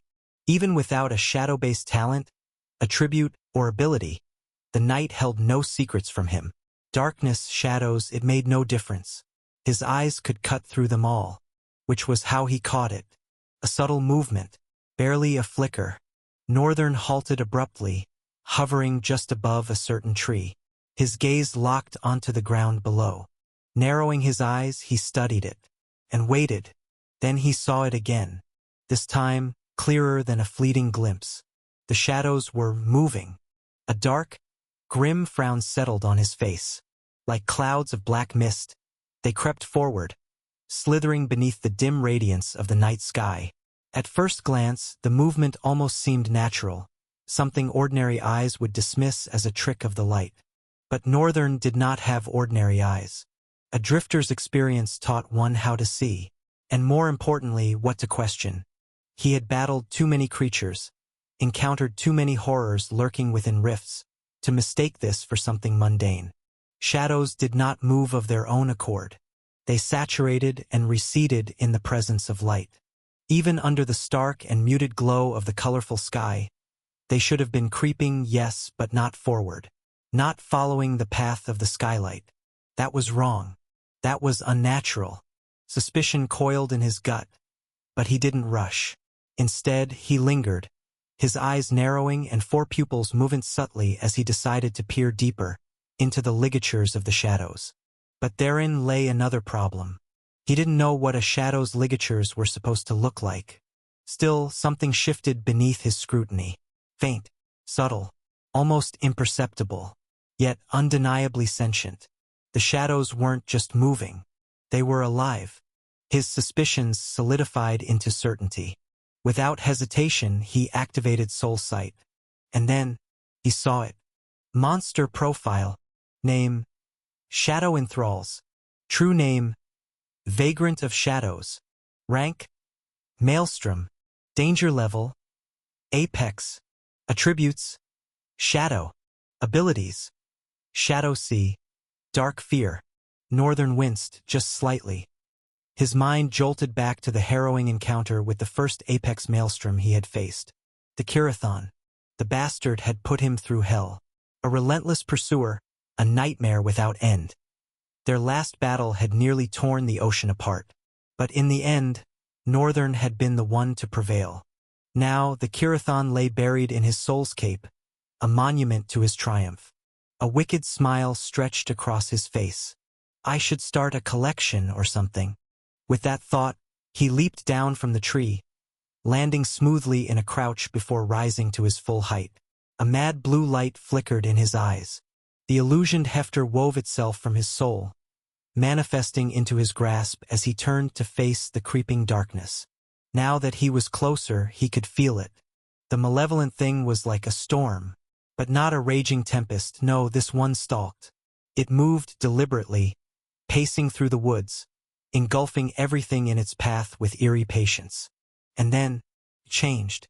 As it inched toward him, its form began to rise. The ink-black mass thickened, its towering shape devouring the trees, its edges bleeding into the night like a formless abyss swallowing all in its wake. Unnatural, ominous. Northern stood there, watching as the shifting veil of shadows swallowed the landscape, shifting forward with an unrelenting advance. His heartbeat, steady and controlled, suddenly pounded thunderously against his ribs. A strange sensation clawed at his chest. He couldn't quite place it, but it was terrifying. Northern froze. I'm scared. The thought almost startled him more than the entity itself. He was supposed to have mental resistance against things like this. His mind was supposed to be beyond the reach of fear. At least, I'm sane enough to know that I'm scared. But that did not make it any less bearable. His frown deepened. Each passing second, the darkness crept closer. And with it, the fear it was growing. Coiled around him, pressing down with an oppressive weight. The longer he stood there, the more he felt it. Thick, suffocating, inevitable. But something was off. The fear, it wasn't his. It was spreading, infecting the space around him like a disease. Northern had stood frozen in place before, caught in its silent grasp. But now his mind was alive again. Without hesitation, he shot backward, a single powerful leap widening the gap between him and the advancing shadows. How am I supposed to fight shadows? The question clawed at his mind, but no answer came. Shadows were intangible. Physical attacks would be useless against them. But standing there, frozen in thought, wasn't an option either. At least I have to try something. Northern gritted his teeth. He crouched low, pressing his palm against the ground. Let's see if it's trappable. From the point of contact, frost erupted, spreading like a rabid disease, consuming the dark landscape in a creeping white. The purplish ice surged outward, hungrily devouring everything in its wake. A thick wall shot skyward, encircling the shadows from all sides, sealing them within a frozen cage. For a brief moment, Northern exhaled. Then, his breath hitched, his face paled. The shadows, they didn't just ignore the ice. They absorbed it. Like ink spilling into water, the frost vanished into the shifting veil of darkness, devoured without resistance. Northern's fingers twitched slightly. It's eating it? A new layer of unease settled over him. Chapter 771. The Shadow in Thrall, Part 2. Northern stood still, his face pale and bleak. For the first time in a while, uncertainty gripped him. The shifting cloud of shadows had just confirmed a terrible truth. Physical attacks wouldn't work. And that fact bothered him. It wasn't just a setback.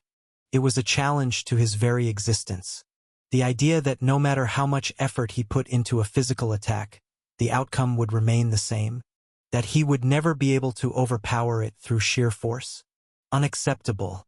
Is this the only kind of pride strong people can afford? The thought unsettled him for a moment. He wasn't one to oversell himself, but facts were facts. Among drifters, only a handful could match his strength. Most of them were paragons. And among those paragons, none could permanently wield more than one talent and its abilities. But he could. So if anyone had the right to pride, it was him. He hadn't just arrived at this point. He had crawled his way here. When he couldn't run, he walked. When he couldn't walk, he crawled. And when even crawling was impossible, He slithered, dragging himself through the dirt like a limbless mass of flesh, inching forward no matter what. He had never stopped moving. And that was why he was here. The Dark Continent, really a land of disaster, but because of that had been his crucible. A forge that had remade him. Though he didn't like everything he had become, and though he knew he still had room to grow, he was thankful. So let him have his pride. And let him be humbled by the terrifying experience of failure. Northern exhaled. His eyes slipped shut for a moment. His breath steadied. A slow inhale. A long, controlled exhale. Vapor curled from his nostrils like steaming mist. And then, the world ignited. A burning sun exploded into existence behind him, bursting out of thin air with an unforgiving radiance. The trees, tall, ancient, unwavering, stood no chance. They were incinerated in an instant. The entire landscape bathed in a golden glow. Searing heat scorched the ground, reducing it to nothing. The miniature Daystar loomed high above, casting its blazing presence over the forest like the backdrop of a dying horizon. Northern stood before it, his silhouette cut against the radiant fireball, his back glowing with celestial fury. And for the first time, the creeping shadows stopped. Their slithering tendrils recoiled, curling back in a sudden terrified retreat.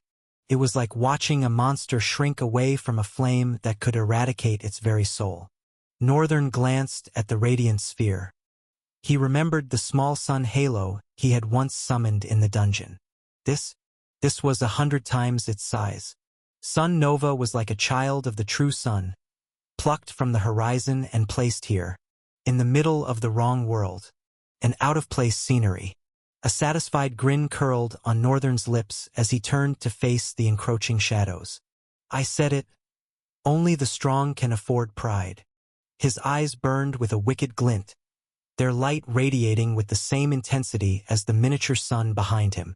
And then, flames rained down. Like comets streaking through the sky, fireballs erupted from the sun nova, plunging into the swirling abyss. Northern watched as the darkness recoiled. His grin remained for a moment, then vanished. His brows twitched. No effect. The fireballs disappeared into the abyss, swallowed whole. Or maybe not swallowed. Lost. Lost in the tumultuous waves of shadows, flickering for an instant before vanishing into the inky depths. Northern couldn't tell if they were truly being consumed or if they simply ceased to exist upon entering. But what he did know was that it wasn't enough. The malevolent storm continued its slow advance. This time, however, its movements had changed. The slithering darkness no longer lunged forward. It crawled, measured, deliberate, like a predator wary of the flame but undeterred by it. Northern narrowed his eyes. Is it adapting? With a swift motion, he swung his hand forward. A torrent of fire cascaded down in a ceaseless barrage, crashing into the shadows with relentless force. But nothing changed. It was the same. Northern exhaled, brushing his fingers through his dark bangs, roughening them as he stared, speechless, at the slowly marching storm. This bastard! It was useless. No matter how much effort he put into a physical attack, it would always end the same way. This was not something he could defeat with brute strength. The very thing he had relied on to bulldoze his way through every adversary. He had always believed that everything could be broken with enough force. And yet, here he was, his arms folded, his eyes shut in frustration. As much as he hated to admit it, the Central Plains, no, maybe this entire damned continent was a crucible of its own. Not just because of the rifts, but because of the insidious monstrosities that lurked outside of it. Creatures that had grown and adapted to nature itself, rather than following the orthodoxy of rift-spawn beings. And there were many of them. Northern exhaled sharply. He was beginning to understand why being a drifter here was hell. His brows twitched, and with a frustrated growl, he ignited his eyes with a brilliant glow. Okay, damn it. I might have been a little full of myself a second ago. Maybe there are some things I can't solve by just being persistent. But then, his thoughts halted. His eyes narrowed. Something was moving, beneath the crawling feet of the shadows. Not something. Many things. His pupils dilated. And then, they emerged. Hordes. Not just monsters. Humans. They burst from the darkness, weapons clutched in their hands, eyes gleaming with madness. And they were charging straight for him. All kinds of lights illuminated in their palms, the glow of talent abilities activating in rapid succession. Monsters snarled savagely, their guttural growls reverberating through the air as they tore across the distance with unnatural speed. There was no grace to their movements, only raw, rabid hunger. Northern frowned slightly. His heart pounded, not in alarm, but with an out-of-place exhilaration. A rush, not out of fear, but out of excitement, as if his very existence had been waiting for something like this. His eyes flickered, scanning the battlefield. He had barely questioned where the humans had come from when the answer struck him like an afterthought. The shadows had consumed them, and in doing so, it had made them its own. What a peculiar ability! A brief thought surfaced in his mind, half curious, half amused. I don't suppose my flames will be coming back at me. And then, a deep, ominous glow flared within the depths of the shadows. Dark energy pulsed, parting the thick veil just slightly, just enough for the burning comets he had launched earlier to come blazing back in a relentless storm. They burst forth in a dazzling onslaught, a myriad of fiery streaks cutting through the sky, each one flashing toward him with terrifying speed. Northern glanced up, paused, then let out a pale chuckle. Yeah, right. Damn. Chapter 772. The Shadow in Thrall, Part 3. No matter how calm he tried to feel about it, the situation was disastrous. And it was anything but funny. Northern's pale face tightened, the faint smile on his lips vanishing as comets of flame curled through the air, streaking downward in an unrelenting barrage. Then, impact. A massive tremor shook the entire forest. Explosions boomed in rapid succession, a terrifying golden glow igniting the battlefield as shockwaves tore through the air. The land was in ruins, trees obliterated, the snow long burned away, reduced to nothing but vapor. Amidst the devastation, however, the thralls of the shadow storm still surged forward. They entered the billowing black clouds of soot, forming an opposing tempest against the creeping abyss. Their weapons lashed out like whips of terror, their abilities flashing with deadly intensity. Yet Northern, he stood in the midst of the disaster, as good as he had been a couple of seconds before. The bombardment of flames? This was exactly what the Void Force was meant for, to trap power in its endless vacuum and redirect it. But he wasn't going to use it. If he did, he'd only be feeding the Shadow Storm more weapons for it to turn against him. So he would deal with the thralls first, and stall for time. That thought barely settled in his mind when a massive figure hurtled toward him.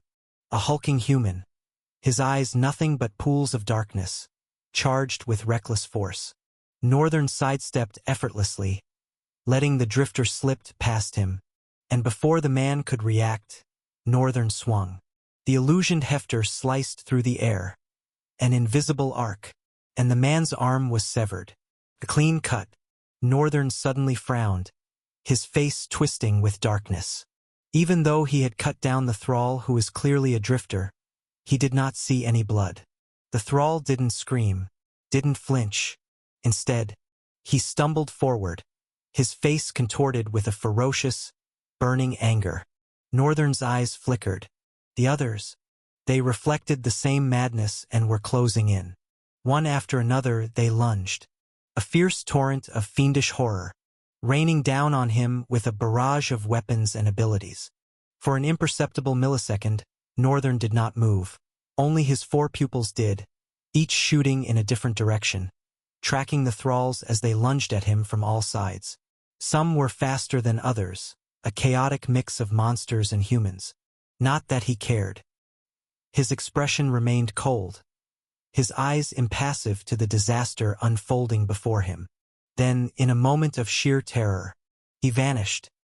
His form flickered between the rain of thralls like a wraith of death itself, leaving nothing but destruction in his wake.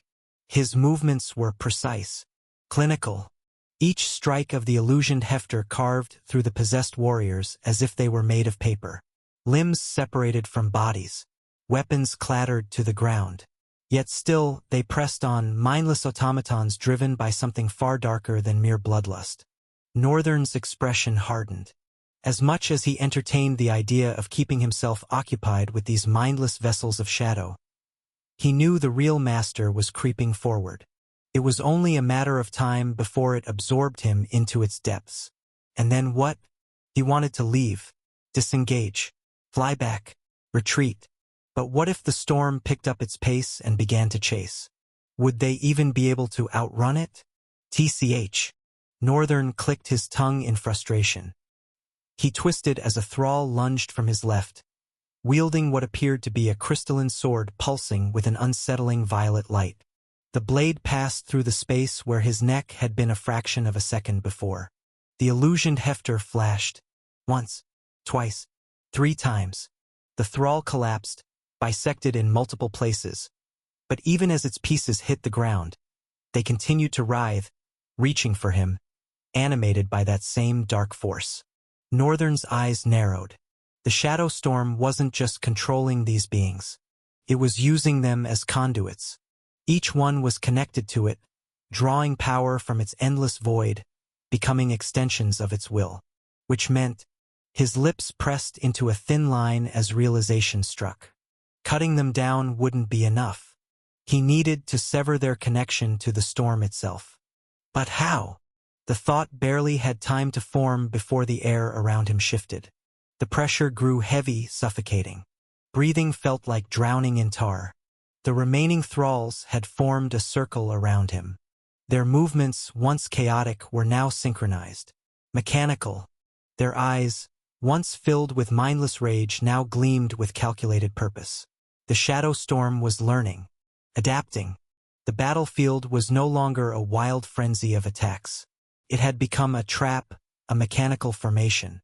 The thralls were no longer fighting as individual warriors, but as pieces of a greater whole. Northern's grip on the illusioned Hefter tightened imperceptibly. This bastard. What? You think I'm a delicious meal? Are you salivating at the thought of having me to yourself? Time wasn't just running out. It was working against him. Every second that passed gave the storm more data, more opportunities to analyze his movements, to understand his patterns, to find weaknesses. And now, the creeping bastard was closer than ever. He needed to end this, somehow. And maybe getting consumed was the correct answer. Northern looked at the encircling thralls, a trace of horror flickering across his face. I can't believe I'm about to let myself get swallowed by a monster. Northern paused, breathing softly as he examined them. The synchronized thralls mirrored his movement, albeit slowly. Then, they moved. A symphony of terrifying flashes converged into the circle in an instant. The battlefield bellowed and rolled, chaos surging as monsters and humans moved with an impossible coordination, all diving in, one delicious meal in their sights. Bastards! Northern gritted his teeth in annoyance. He vanished. Blink. Using the illusioned Hefter's order ability to appear and disappear as many times as he pleased. He wove through the storm like an untouchable phantom, his invisible blade lashing out like a furious wind, whipping away heads in devastating arcs and curls. His right hand was a whirlwind of chaos, twisting and curling like a malicious serpent, relentless in its hunt. Nothing could be seen of his blade, only the aftermath. A terrible clangor rolled through the maelstrom, metal singing as body parts spilled like souvenirs from each swift, deadly voyage. Northern's eyes remained cold, calculating, unwavering. His focus was unshakable, stark, untouched by the carnage around him. And all the while, one compartment of his vision kept watch as the creeping shadows loomed ever closer, salivating. Come have this mouth-watering meal whole. Chapter 773, In the Belly of the Shadow.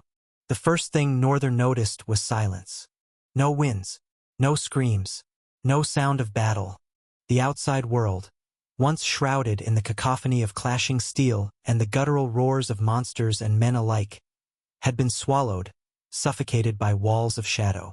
Northern slowly turned his head, his gaze sweeping across the scene with cautious scrutiny.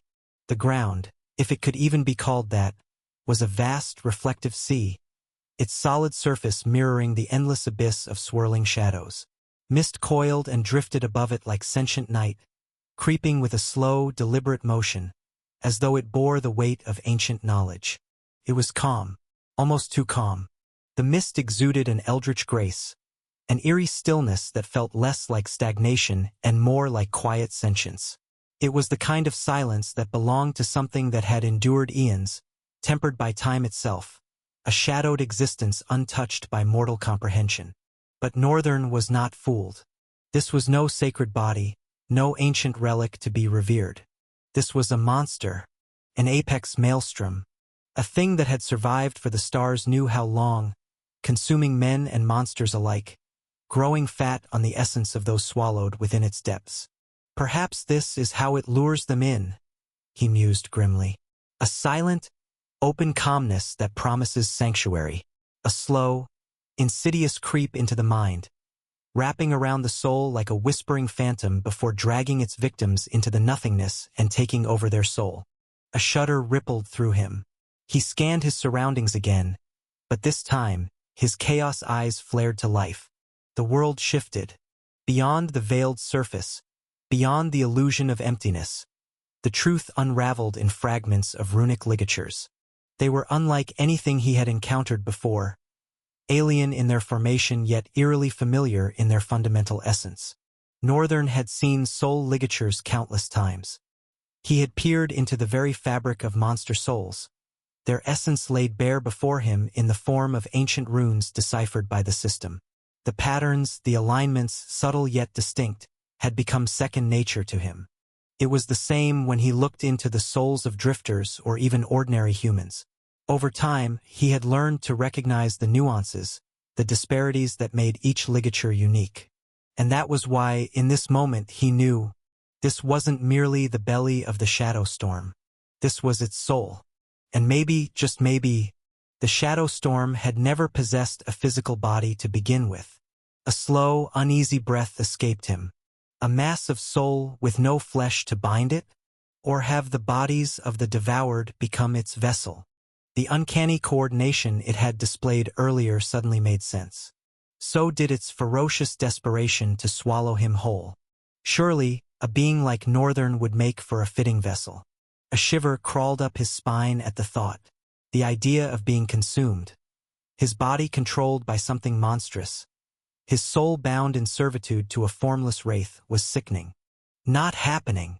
He exhaled slowly, shifting his grip on the hilt of the illusioned hefter, its handle wrapped in a strip of dirty white tunic. His mundane eyes, radiating an eerie blue luminescence, narrowed as he glared forward. He stepped forward, silent. Then, just before his foot met the surface, he abruptly retracted, backstepping as a figure lunged out of the mist before him, its elongated shadow claws raking through the space he had occupied just a second prior. A heartbeat, a breath. Then Northern surged forward. Grace defined his every movement, swift, curt, precise, never erratic. His blade came down in a silent arc, severing the creature's hand clean off, only for it to dissolve into a swirl of dark vapor before reforming, as if his attack had never landed. The entity turned, featureless. No expression, no emotion. Nothing but an empty shadow wearing the form of a man. It lunged again, a blade of shadow materializing in its grip, slashing toward him in an unrelenting assault. Northern's frown deepened. He leaped back, the weapon slicing cleanly through the space he had just abandoned. A thought crossed his mind. I miss Soul Taker. That immolated blade had been the only weapon in his possession capable of dealing soul damage. Every other item, every other tool, nothing was suited for this. He exhaled, a wistful glint in his eyes. Right now, he had no means of truly hurting them. Only dodging. The realization grated on his nerves. So what? Am I just supposed to keep running? The thought soured in his mind. The idea of retreating, of evading without fighting back, felt almost unnatural. But perhaps some battles were meant to be fled from, rather than charged into. Northern stood still for a second. Then he scoffed. Yeah, no chance. That was a mad lie I just told myself. The figures multiplied. One after another, they peeled themselves from the mist, growing more numerous, more relentless. Each shadowy wraith emerged wherever he stood, as if drawn to his presence. Every movement he made was met with a response, an attack delivered with a seamless, fluid lethality. And yet, despite their aggression, their movements held a strange tranquility. Fierce yet calm. It was easy to dodge them. Shadow Step and Blink made sure of that. The sheer density of the mist made the Shadow Step effortless, allowing him to slip through the mist as easily as he would through mundane shadows. And in that ease, a realization settled in his mind. The Shadow Enthrall was not simply a monster of shadow. It was a shadow. If it were anything less, anything other than a true shadow being, using its essence as a medium of transport should have been impossible. But it wasn't. It worked flawlessly. That discovery changed nothing. The bastard still refused to die. As Northern weaved through the ceaseless assault, dodging, sidestepping, vanishing, and reappearing, his mind kept racing. Think. Actually, a single notion had been lingering in his mind all this time. A solution, a risk. No, not that. Let's not do that now. He clenched his jaw, suppressing the thought, forcing it down. It was dangerous, too unpredictable. He had been suppressing the thought, pushing it aside, telling himself there had to be another way. He kept pushing forward, weaving through the relentless tide of wraiths, dodging, shadow-stepping, evading with every ounce of precision he had. But he knew, sooner or later it wouldn't be enough. The shadows were learning. Their numbers were growing. Their strikes were closing in, adapting to his every move. And when the moment came, when slipping past them became impossible, he would have no choice. Because what he was dreading, the very thing he was resisting, the Shadow Enthrall would force upon him eventually. It was only a matter of time. The wraiths were closing in, their movements tightening like a web, an inescapable snare. Every moment he delayed, every second he hesitated, only served to make his inevitable capture more certain. So it came down to a decision. Submit now willingly, on his terms, or be taken by force when there was no choice left. Chapter 774, Soul Battle, Part 1. Northern Side. Still, the thought of letting that bastard in without knowing if it would even work. It's a gamble. If I'm wrong, I might lose my soul to it. But what were the chances that he was wrong? Void was the origination of all things. In a way, it was the explicit beginning. Even chaos was born from it, at least to some degree. His understanding of these concepts was fragmented. He couldn't definitively say this or that, not yet. But he was willing to bet a safe bet that the void within him would destroy the Shadow Enthrall, or at least scare the crap out of it. However, what if the Shadow Enthrall was ancient enough, powerful enough, to seize control of his body without disturbing the void? What if it could coexist with it? Northern shook his head, chasing the thoughts away. The deeper I think about it, the more I overthink it. I could be right, but I could just as easily be wrong. Regardless, the only path forward seemed clear now. A battle of souls. Northern's gaze swept across the endless swarm of shadow wraiths surrounding him. It was like a city of millions, all forming a closing circle around a single man. And they never stopped charging. He vanished only to reappear elsewhere. Again and again, shifting from one corner of the abyss to the next. But the result was always the same. There was no escape. So he did the only thing left to do. He surrendered. Northern exhaled slowly, casting one last look at the wraiths before him. Then he stilled. It took everything in him not to move, not to react on instinct. But he froze, suppressing every impulse to evade. And then, the shadow weapons and claws fell upon him. The moment the first shadow so much as brushed the tip of his subtly flowing hair, A surge erupted. Every single shadow, every wraith, the entire mass of the mist, all of it flushed into his body with frightening intensity, poured into him not just through one entry, but through every single opening in his head. Eyes, nose, mouth, ears.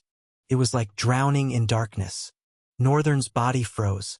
Even though he tried to move, tried to command his limbs, they did not respond. For the first time, he felt something else in control. A foreign presence. A force that had invaded the very foundation of his being. And with it, the slow, insidious creep of fear. That whisper of doubt. That terrifying realization. I might actually lose my body. The thought barely had time to root itself before he ripped it away and stilled his mind. This was supposed to be a soul battle. Many drifters could barely comprehend their own souls, much less access them with clarity. But Northern was not many drifters. He was different. Where the shadow enthrall was running to, he would be waiting for it. And so, he dove into the limitless void, into his soulscape. Northern's vision shifted as easily as breathing, as effortlessly as blinking. And just like that, the familiar scenery of the Void Palace unfolded before his eyes. There he sat, perched upon the white throne, its surface smooth and unyielding, less like something carved and more like an entire slab of celestial metal, untouched, unbroken. He exhaled, relief settling into his bones. Leaning back, he let himself breathe, just for a moment. Then, the sky of the limitless void shuddered. Quake not of sound, but of presence. The limitless void had no uniform sky. It was a compartment of different skies, shaped by the properties of every rift he had absorbed. Yet, for the first time, it was unified. The workers, souls of monsters and that of some humans, paused in their endless labor across the vast plains of the limitless void. Every single one of them lifted their heads, their spectral forms frozen, staring up. And there, above them, a colossal darkness spread across the sky. Thick, endless, all-consuming. A night darker than any night. A sight that had never before been seen in this place. The bastard is here. Northern exhaled. A sharp, amused breath. The shadow enthrall had attempted entry first. Yet he had beaten it here. He arrived before it. And somehow the odds no longer seemed quite so grim. His confidence rose, not just a spark, but a steady, growing inferno. With a relaxed ease, Northern leaned back into the throne, resting his weight on one hand. Before him, darkish blue flames flickered and danced, their eerie glow casting shifting shadows across his face. The hall of endless titanic pillars was bathed in azure radiance. Ornamental stars shimmered faintly, woven into the very fabric of the palace, their gentle glow adding an air of subtle majesty to the scene. The shadows looming across the sky rippled with a thunderous roll, a deep, reverberating pulse that sent tremors across the void palace. For a fleeting moment, they paused, suspended in an eerie stillness. Then, they surged. A tide of darkness descended, flowing into the palace, cascading through the towering windows that glowed with an unyielding blue radiance. Like a relentless storm, the shadow enthrall poured into the heart of the void palace, consuming it in an instantaneous night. The atmosphere shifted. The entire palace darkened, its mystic glow suffocated, swallowed by the invading presence. And with it, the monster's dignity manifested. Northern's frown deepened, a dark, sinister frown. He had always known that apex monsters were cheats, an unnatural force that bent the balance of both monsters and rifts alike. But now he realized he had terribly underestimated them. This was the third apex he had encountered, and none of them had been relatively easy to face. In fact, the apex Belial had been the easiest of them all, and somehow that thought alone felt so wrong. But there was no time to linger on that. Not when the sky of shadows had begun to materialize before his very eyes. Northern remained unmoved. His expression hardened, that ferocious frown never breaking, locked in place like an unyielding decree. A majestic glow of power emanated from his eyes. Not just of power, but the authority of power itself. And he waited. He watched as the shadow in thrall became vulnerable. This was it. The moment he had been waiting for. The moment the bastard would finally reveal its true body. Chapter 775. Don't be deceived by faces. The beast of burden rolled forward, its massive form pushing through the dense terrain without stopping for even a moment. The speed had increased, though only slightly. After all, there was a limit to how fast a creature of its sheer magnitude could move. Even so, the fact that it could move this fast at all was a surprise. Roma sat near the front, perched on one of the crates, her body subtly swaying with the tremors caused by the beast's every step. Her gaze flickered backward, watching as a massive veil of darkness erupted from the heart of the forest. She had seen many things before, but this was not natural. At some point, during one of her stolen glances, a sudden miniature sun ignited within the shadows behind them, a burst of blazing light, swallowing a portion of the abyss for a fleeting instant. Roma's breath hitched. The beast of burden had already put considerable distance between them and the chaos behind. In fact, they were close to reaching the edge of the forest. Beyond that, they would be forced to traverse the open plains leading toward the ocean, a direct passage to the city of Lithia. There was a shortcut. They could attempt to cross the river, or they could take the safer route, circling around to Lithia, avoiding the risk of being swept away in the current. The river itself wasn't too far. It branched into two, splitting like veins through the land. The small hill of Lithia sat between those two branches, perched between where they diverged. One branch cut across the plains ahead. The other branch, wider and deeper, flowed beyond Lithia's borders, bleeding into the territory of the reclusive nation of Vorso. Roma's face paled. Her eyes remained locked on the chaos unfolding behind them. Flames, dozens of them, surged into the darkness, bright enough to illuminate the distant battle. And yet, nothing happened. Roma couldn't make out exactly what was going on, but the sheer magnitude of it, the earth-shaking tremors, the waves of energy spilling into their side of the forest, it was enough to terrify her. More than that, it made her feel powerless. I can't even understand what he's up against, and that terrifies me more than anything else. But no matter how much she hated to admit it, she had to accept the truth. He did not need her help. He did not need anyone's help. He never did. He was a sage after all. Roma gritted her teeth, forcing herself to focus on the task ahead. But just then, a voice rolled forward, its tone low, grim, almost resigned. "Your friend will lose." Roma's head snapped back, her frown deepening as she turned toward the shadow drifter. Tyr. "What?" Her voice was sharp. "What did you just say?" Tyr's gaze was dark, somber. Something waited behind his eyes. He suppressed the flicker of guilt that threatened to surface and spoke evenly. "I know it best, because I have a relation to the shadows." He exhaled, the weight of his next words dragging the breath from his chest. That thing is dangerous. It was born from the shadows themselves. It moves, it devours, it consumes, and then it turns everything it swallows into a part of itself. He paused. Then his voice dropped to something almost haunted. "You have no idea.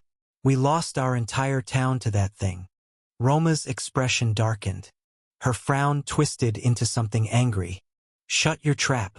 Her words were venom, the malice in her tone rippling through the air with subtle force. Yet her gaze never left the shadow drifter. "Someone is out there right now, fighting with his life on the line just to protect yours. The least you could do is have some faith in him and pray to the stars that he'll prevail. And yet, here you are, spewing this garbage." Tyr shook his head, his expression cold, his voice sharper than steel as he scoffed. "Pray to the stars? The same stars that were never once alive." His lips curled, a bitter smirk flashing across his face. "I might as well pray to a damn tree." Roma's glare hardened. She studied him, the man who looked no older than his late 20s, whose face carried a certain softness, a kindness buried beneath rough edges. But his words were ruthless. Her father's voice echoed in the back of her mind. Don't be deceived by faces. And yet, she knew better than to engage in a senseless argument over the modalities of a drifter. They were broken people, and their brokenness was, in many ways, justifiable. Most of them had lived their entire lives skirting the edge of death, surviving its crude claws by nothing more than sheer luck, escaping by the skin of their teeth. For them, every single moment was a grueling, agonizing, gruesome experience, and it had twisted them, warped them into what they were today. Men and women shaped by a perverse collection of beliefs, desensitized to the fragility of human life, rude, reclusive, and far too strange to be understood by the common man. And many other things she couldn't think of right now because she was, on the back of a beast, running from a storm of shadows that could very well consume them all. Suddenly, a wave of exhaustion settled into her limbs, a draining, consuming weariness. I did not envision my journey going this wrong at all. She too had a goal for being here, a reason, and that reason was no less important than the crates they carried. Crates tied to a secret she wasn't exactly hiding, but neither was she mentioning. These crates and their destination, they were the very reason she had set foot on this path. She could have easily opened them, checked their contents, confirmed it all for herself and walked away. But she hated that idea. The mercenaries. She refused to let their loss be for nothing. So she would not stop. Not until she saw this through. Having a sage on her side was a great boon.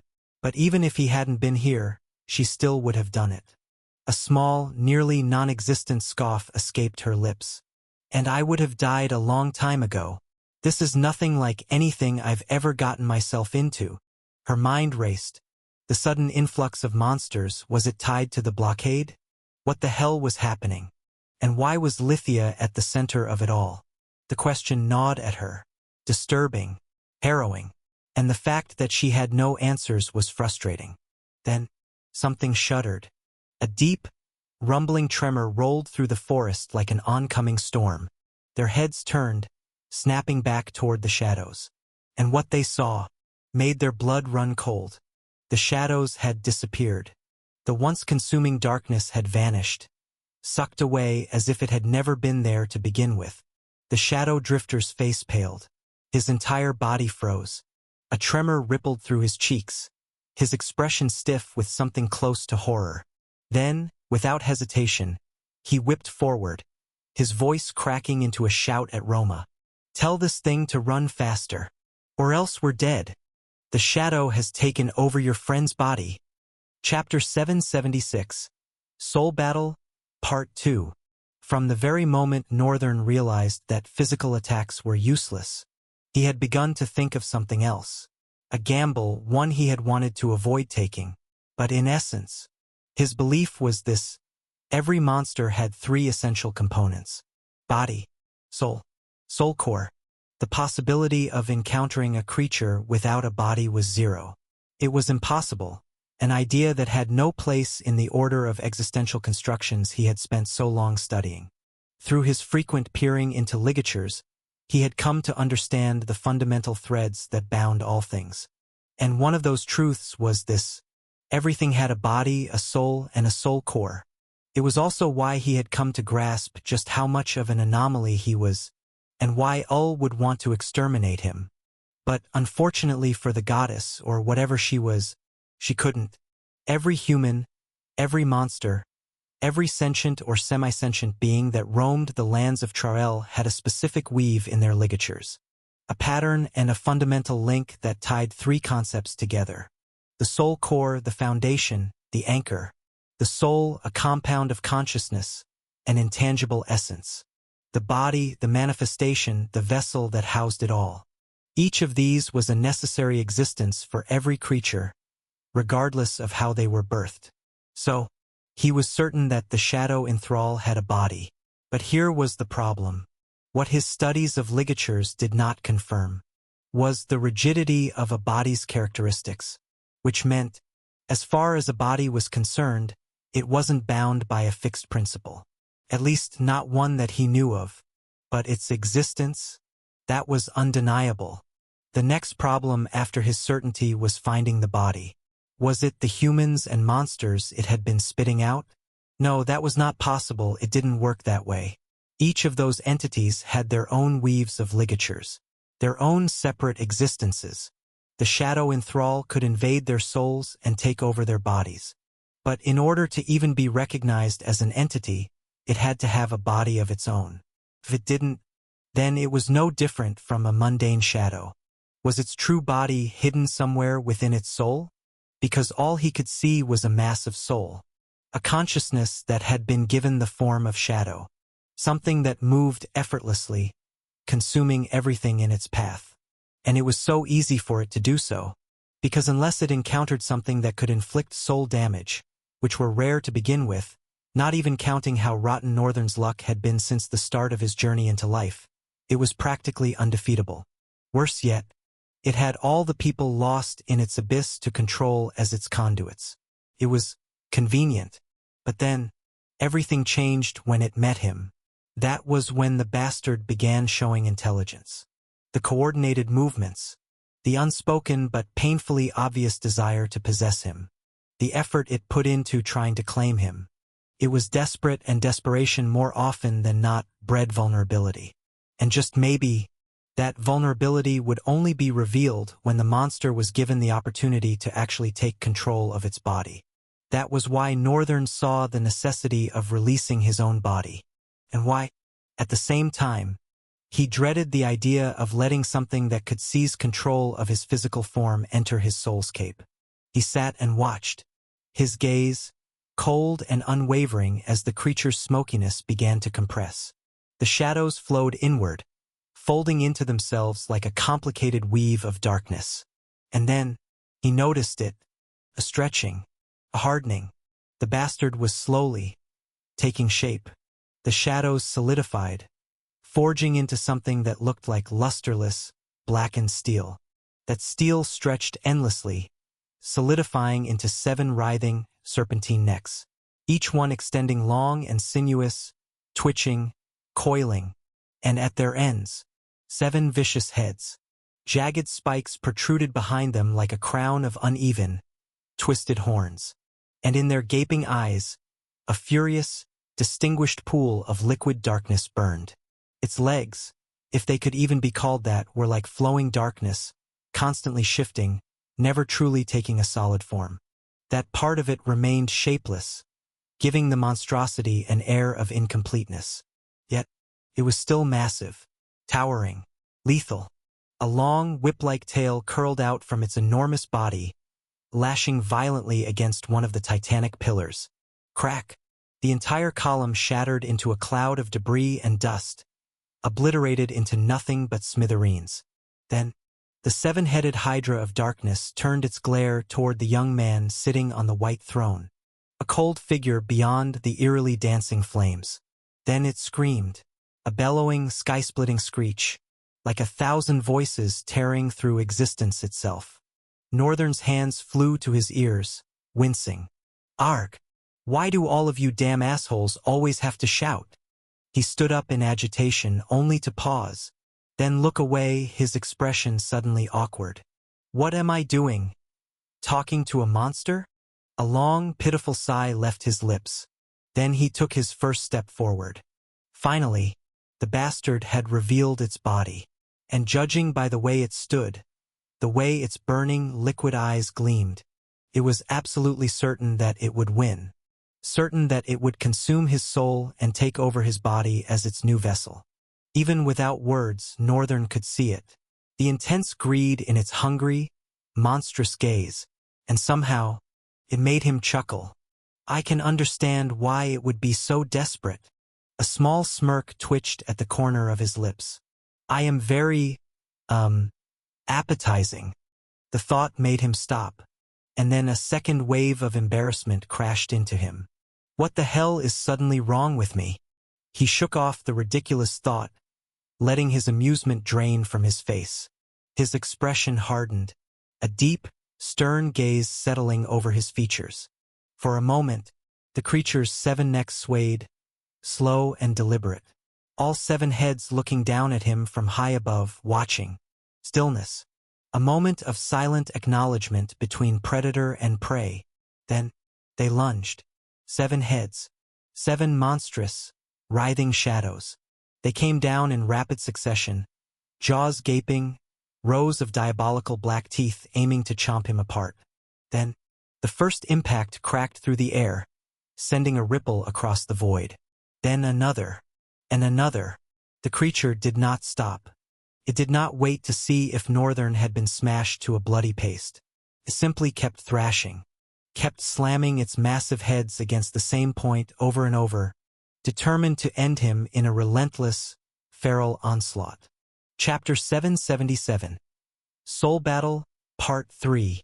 A terrible sound, like 1,000 hurricanes clashing against a tsunami, reverberated across the limitless void.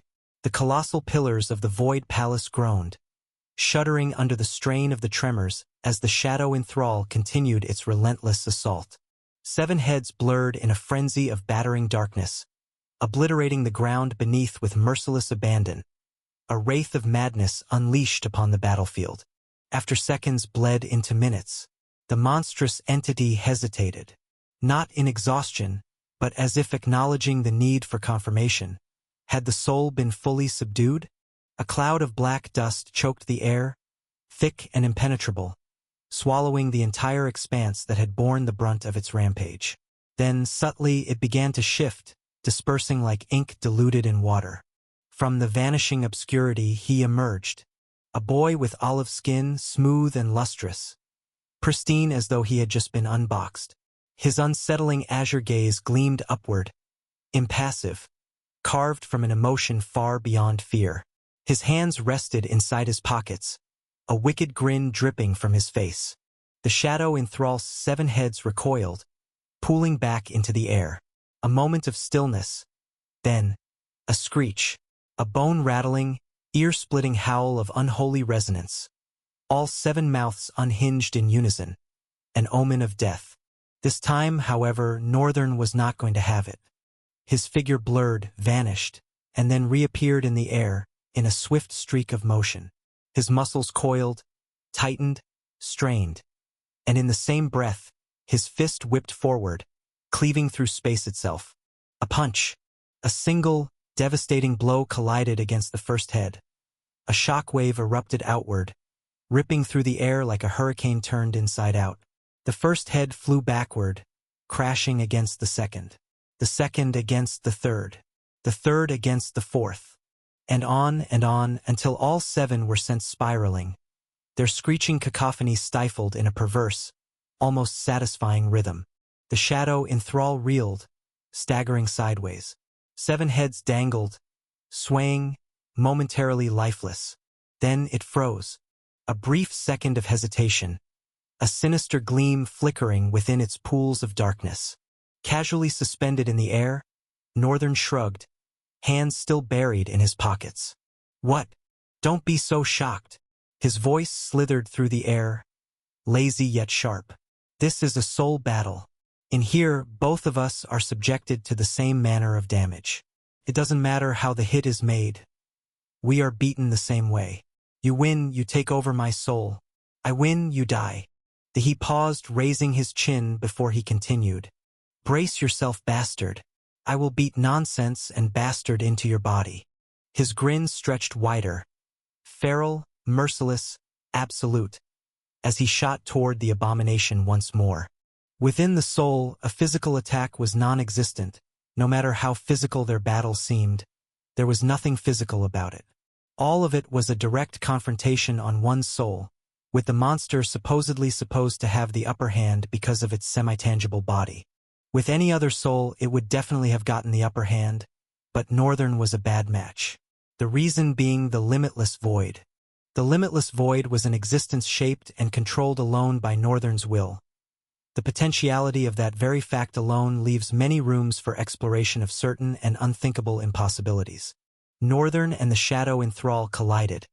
A brutal clash of flesh and force, a storm of sheer devastation. The 7 serpentine heads struck with the might of boulders heavy enough to drown the sky, a relentless, chaotic onslaught. Each terrifying punch, each devastating blow was met by just two hands. Northern's arms whipped and flowed with imperceptible speed, a ceaseless blur intercepting every crushing strike. His fists crashed against the creature's metallic snouts, shattering the air with force equal to its own, an unrelenting tide of counterforce. Their exchange was a frenzy of blurred motion, a violent symphony of snapping necks and battering fists, all crackling through the battlefield with a thunderous roar trapped within a barrel of storm clouds. It was both breathtaking and terrifying. Two short hands against seven monstrous heads. Yet Northern never faltered. His expression remained unmoved, unbothered, even bored. His eyes never wavered, never flinched, locked onto his opponent with a gaze of absolute control. Then he sighed, a quiet, almost casual exhale right in the midst of the chaos. And in that very moment he broke the pattern. One hand withdrew, the other lunged, a sudden, jarring shift, diving upward in a perfect, chaotic arc. The execution was flawless and unpredictable, a mastery of discordance. The impact was imperceptible until it landed. An uppercut, so sudden, so devastating. It sent one head careening backward, reeling violently through the air, completely off course. In that single misdirection, Northern took control of the battle. The rhythm shifted, no longer a synchronized pattern of strikes and counters, but a disaster of disflow, the fight scattering into pure, uncontrolled chaos. And that was exactly his intention. Northern blurred forward, a streak of movement weaving through the air, each head snapping toward him with ruthless pursuit. But his body was already a step ahead, twisting, shifting, leading them further into their own destruction. Then he landed. His boots screeched across the polished, reflective floor of the Void Palace, friction hissing like a blade scraping against steel. With an effortless dusting of his hands, he smiled. There, the shadow in thrall, the abomination of darkness, was stilled. Its seven serpentine necks, once wild and ferocious, were now twisted and entwined, tangled into an unsalvageable knot of mangled limbs. Breaking free was impossible. Northern studied the trapped creature, his grin shifting into a small nod of acknowledgement. Training with Byran did pay off. A sudden tremor quaked through the very air. The Void Palace shuddered. Not from the battle, but from something deeper, something far worse. The pleasant look on Northern's face faded, sinking into a river of stern caution. A silent chill rippled through the atmosphere. Then the air itself shivered. A crackling surge of darkness consumed the shadow in thrall, its form unraveling, dissolving into a mass of shifting, writhing shadows. And then it reassembled. But this time it was no longer the same. The beast reemerged, its form bigger, sharper, more monstrous. Its sheer size alone eclipsed the battlefield, 3 pairs of newly formed legs slamming into the ground with rigid, monstrous force. A pair of wings, massive, jagged, and terrifyingly vast, unfurled like a collapsing darkness, spanning over 100 meters. With a single swing, they crashed through the towering pillars, sending fractured debris plummeting like meteors. And its serpentine necks, thicker now, lined with coils of muscle as rigid as twisted cords of metal, shifted and flexed with newfound, unrestrained power. Northern's expression hardened, his face turning cold. Wary, he shifted his stance, foot sliding back, muscles tightening, ready to charge. But something was wrong.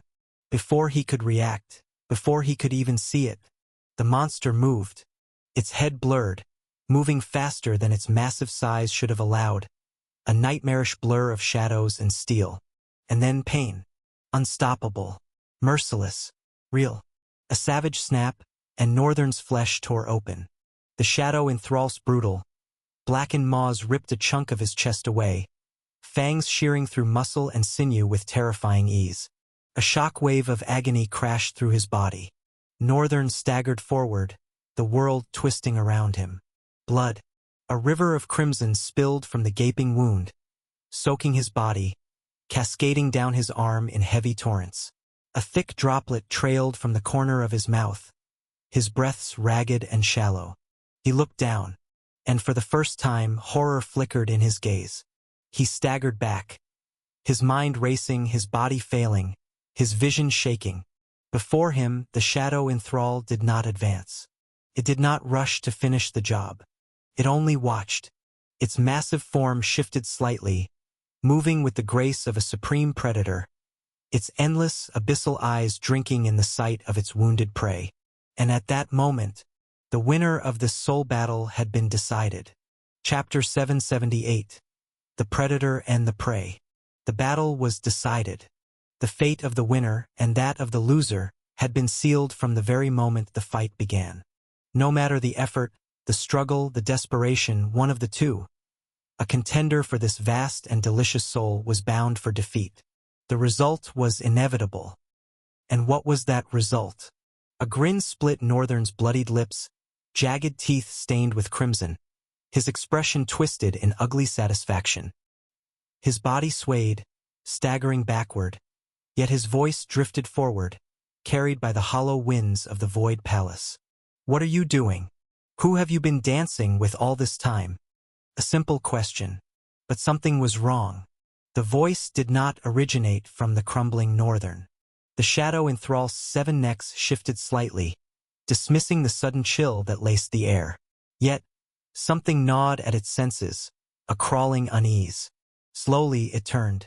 Beyond the swirling flames, beyond the battlefield of ruin, there, a kingly figure sat upon a white throne, leaning casually against the right armrest, draped in an air of absolute dominion. Northern, the real one. His gaze smoldered, sharp, condescending, a predator toying with its prey. "It was a bit entertaining, watching you make a fuss over a single clone," he scoffed. "So you defeated a clone? And you think you're king now?" His grin widened, teeth flashing wickedly. "Dream on."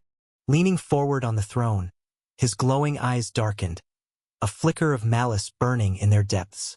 "How about you fight a few more of them?" The Void Palace trembled. All around the shadow in Thrall, figures began to emerge, each identical to Northern, each grinning, each carrying the same unsettling air of confidence. Clones. Dozens. Hundreds. Thousands. Pooling together like a growing storm, encircling the abomination like a pack of wolves hunting an injured beast. Northern watched, his satisfaction evident, as the creature let out another deafening roar. But before it could finish, 7 clones shot forward with flawless synchronicity. 7 fists struck 7 heads. A devastating shockwave rippled outward, sending the monstrous abomination reeling back, all 7 heads whipping back violently at the same time. Then the real slaughter began. The clones swarmed, moving with ruthless precision, attacking in droves. The shadow in Thrall roared, jerking violently, shaking its colossal form to cast them off. But it was useless. They climbed it like an unstoppable tide, relentless and unshaken. Each individual clone carried half the power of their master. Each one alone could potentially destroy the maelstrom. And yet, it was faced with thousands. The outcome was no longer in question. It was already over. All Northern had to do was watch. He sat upon his throne of dominion, watching as the onslaught unfolded. The clones climbed tirelessly, scaling the shadow in Thrall's monstrous form, their relentless blows hammering into its body without end. Some clawed at its steely flesh, skin peeling away, bones grinding against metal. Yet they did not stop. Every failure was followed by another, and another, and another, until a crack, a small fissure spreading, branching, fracturing. Not in one place, but everywhere. The Colossus of Shadows was being submerged beneath their limitless numbers. No matter how violently the shadow in Thrall thrashed, slamming its massive heads against the ground, against the pillars, against the very fabric of the Void Palace itself, it was futile. They only grew more persistent. Then, in one final act of desperation, the creature unfurled its wings, a desperate attempt to take flight. But it never left the ground. A single clone, particularly furious, leapt skyward, a twin-bladed staff in his hand, and with one clean, ruthless sweep severed the wing. The creature's balance shattered. It lurched mid-air, momentarily suspended in its failed ascent, before the weight of countless clones dragged it downward. It crashed, tumbling through the void palace, its enormous frame splintering the floor beneath it. The clones surged forward, tirelessly. They climbed, battered, crushed, turning the abomination into nothing more than a battered husk. And Northern, he continued to watch. His grin was dark, hungry, laced with the glee of absolute control. Of course, this was only possible here in the limitless void. Here, void essence was endless. His only limitation, stamina, meant nothing. It was tied to the physical body, and his soul was unbound. While he had been skeptical at first, reluctant because of the unpredictability of chaos and void, everything had gone exactly as he planned. And now, the creature's death was inevitable. More and more fissures erupted across its enormous form, leaking liquid darkness. Tried to resist, tried to thrash, to lash out, to shake them off, but its strength had waned. For every clone destroyed, two more emerged. For every moment it fought, its body crumbled further. The shadow in thrall let out one last, agonized snarl. Then, it dissolved into a mist of shifting shadows. Northern's grin widened. Of course, I knew you would do that. The void palace darkened at his command. The radiant glow faded, swallowed by an abyss of pure void, as every entry point sealed shut. The shadow in thrall was desperate, and its desperation gained a shape, a form, a swirling mass of shadows, compacted into a single, thick vortex of darkness. The shadow in thrall surged upward, a black storm of pure ferocity, blasting through the reinforced walls of the void palace with a force that shook the very foundation of the abyss. A final attempt, a last desperate effort to escape. It shot into the sky, ascending into the endless expanse of the limitless void, rising beyond Northern's reach before he could seal it within his soul. Not that he hadn't anticipated the move, not that he couldn't have stopped it, but he hesitated. Again, a strange, inexplicable discomfort coiled within him. Something about the shadow in Thrall's presence inside his soul unsettled him, an unshakable discomfort gnawing at the edges of his mind. Taking the fight outside was better. With its weakened state, this time he would finish it. The creature soared higher, vanishing into the vast sky above the void palace, its dark mist dissipating as it fled into the abyss. Northern wasted no time. He tore free from his soul's cape, opening his eyes back to reality.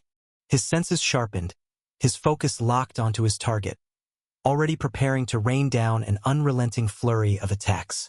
But silence, stillness, nothing. Ha! His breath steadied and muscles remained tense, battle-ready. Yet, there was nothing. His gaze swept across the battlefield, his mind racing. And then, slowly, he turned his head. The shadow in thrall was gone. Chapter 779, Humans. As the beast of burden lumbered forward, its massive frame shifting with each ponderous step, the travelers trembled to their core. Their faces were ashen, drained of warmth, their haunted gazes dim and hollow, ghost lights flickering in the storm of fear. Roma felt just as terrified, but unlike the others, she locked the terror deep within her gut, a caged beast scratching at her ribs. Her eyes remained steadfast, a golden ember refusing to be snuffed out. Though faint flickers of fear could be seen if one dared to look deeper, she kept it all contained, the weight of control resting on her fragile shoulders. "What the hell are you doing, young lady? Can't this thing move faster?" The shout shattered the tense silence.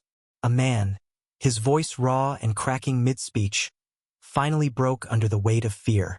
He was bald, with strange, archaic tattoos winding across his head like the remnants of an ancient curse. The dim glow from the blood-stained sky cast eerie shadows upon them, illuminating their twisted design. Roma didn't care about any of that. Her chest heaved, her mind an unruly tempest, thoughts clashing like warring tides. The insistent shouts from the terrified travelers pressed against her skull like a vice, each word a hammer stroke against her cracking patience. She felt scattered, overwhelmed, cornered, and she loathed every second of it. Gritting her teeth, she let out a low, frustrated snarl. I am trying here, aren't I? This thing can only be controlled by the person who summoned it, which is the sage. The words tumbled out before she could stop them, and in the next instant, she froze. That's right, only Rian can control the mount. If the monster has truly taken over his body, wouldn't it be easier to command this beast to stop and bring us to it? Unless it isn't sentient enough for that. But I refuse to believe the monster possessing Rian's soul has no effect whatsoever on the creature he commands. A flicker of something fierce and resolute ignited in her golden gaze. She turned sharply, her expression steeled with quiet defiance, and addressed the others. Her voice, though calm, cut through the air like tempered steel. I reckon you all settle down and ease your minds.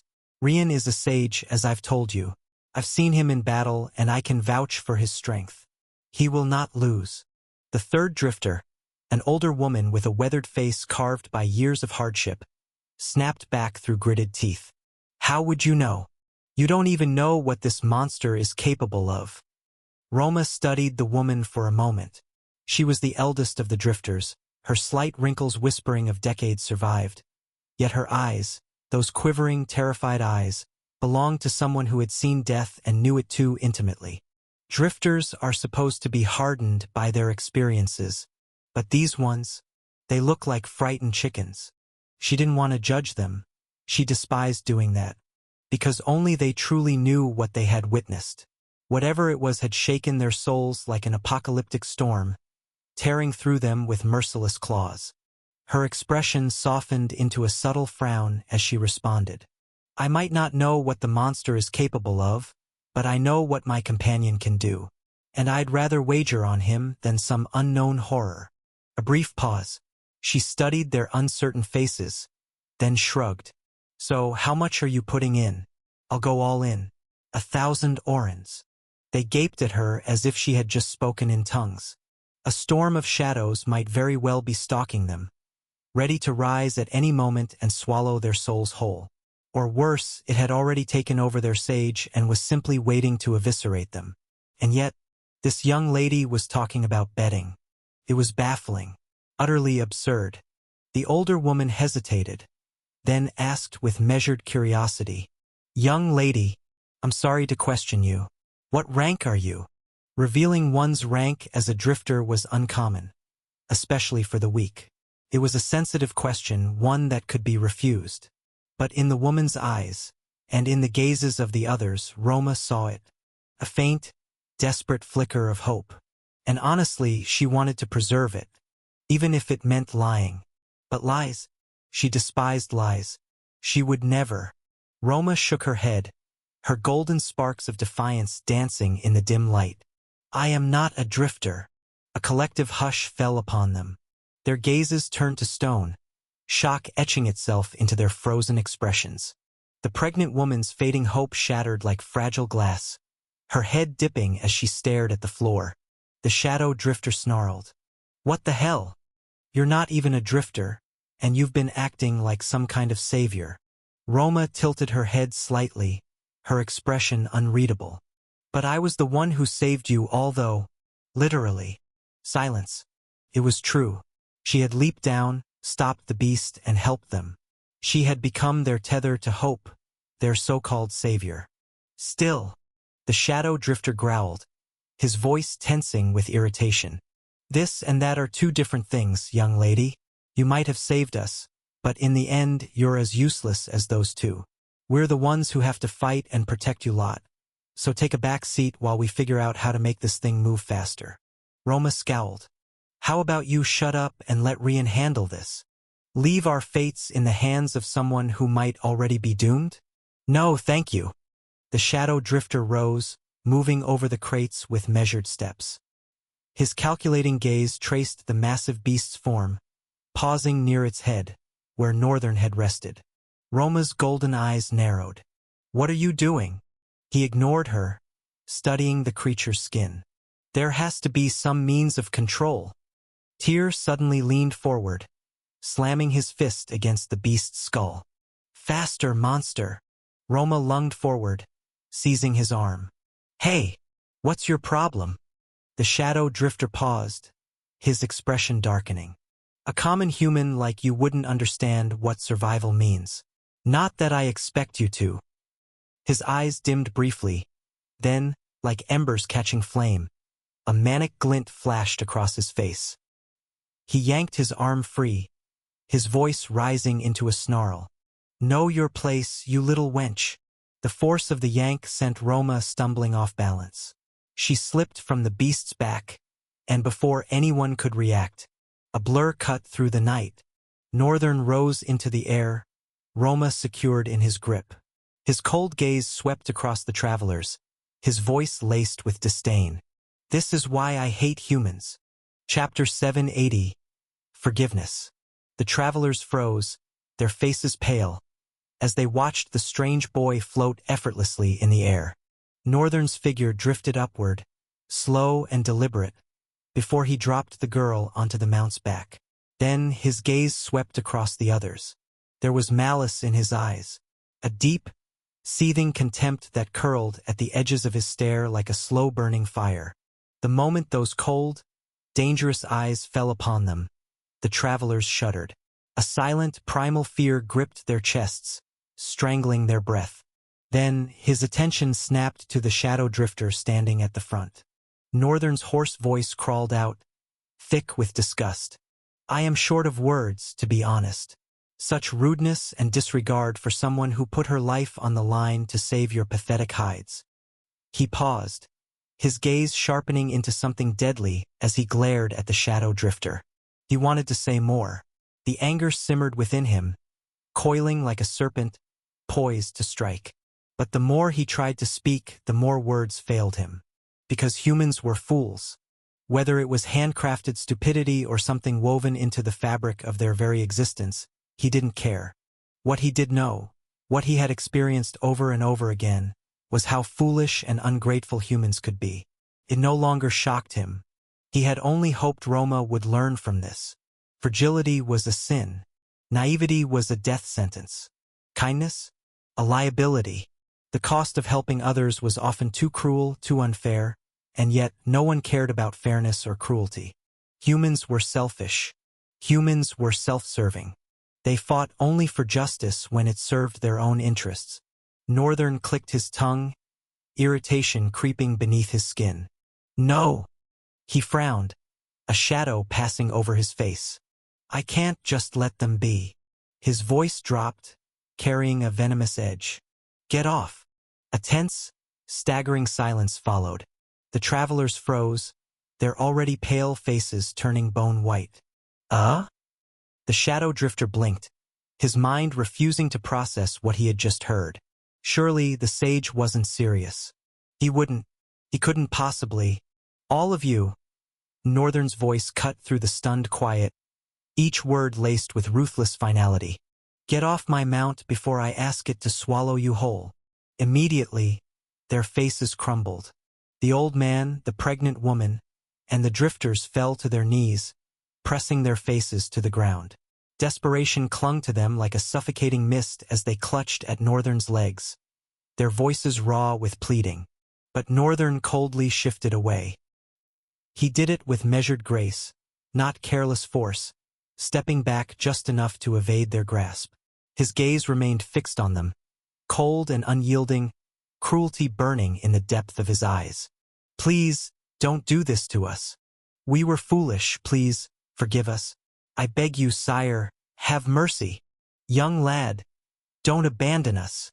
It was Tyr. He's hot-blooded and reckless. Please, just overlook his stupidity. We've been through so much. We don't even know what we're doing anymore. Words spilled from their lips like shattered glass, cutting against their pride, slicing through the silence. And yet, Northern's expression remained impassive, cold. Not a flicker of empathy crossed his face. Their cries, their desperation. All of it washed over him like an autumn breeze, inconsequential and fleeting. But then, Roma stepped forward. Her golden eyes held a flickering light, gentle, yet unwavering. Northern's brows tensed slightly. "Don't tell me." Roma hesitated. She knew, of course she knew, that Northern wasn't acting out of cruelty. He was angry, disgusted, not for himself but for her, because of how they treated her. And yet, his approach was wrong. She took a breath and spoke, her voice soft yet firm. "Forgiveness is an important part of our humanity." Northern's gaze hardened. "Don't be stupid." His words struck like ice, sharp and cutting. "Forgiveness? You would have fallen, possibly died, from how fragile your body is. And if no one was there to tend to you, they would have left you behind. I'm certain if the beast of burden hadn't stopped, they wouldn't have spared you a second glance. They would have kept moving forward and abandoned you without hesitation. And these are the people you want to forgive." Silence. Roma's breath hitched slightly. His words stung.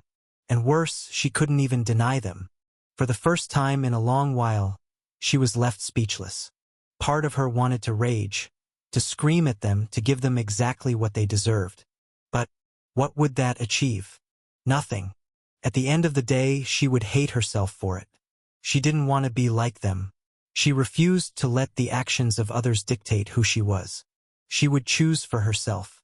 That was, after all, what her mother had taught her, to be a vessel of love and kindness, not because the world deserved it, but because she chose it.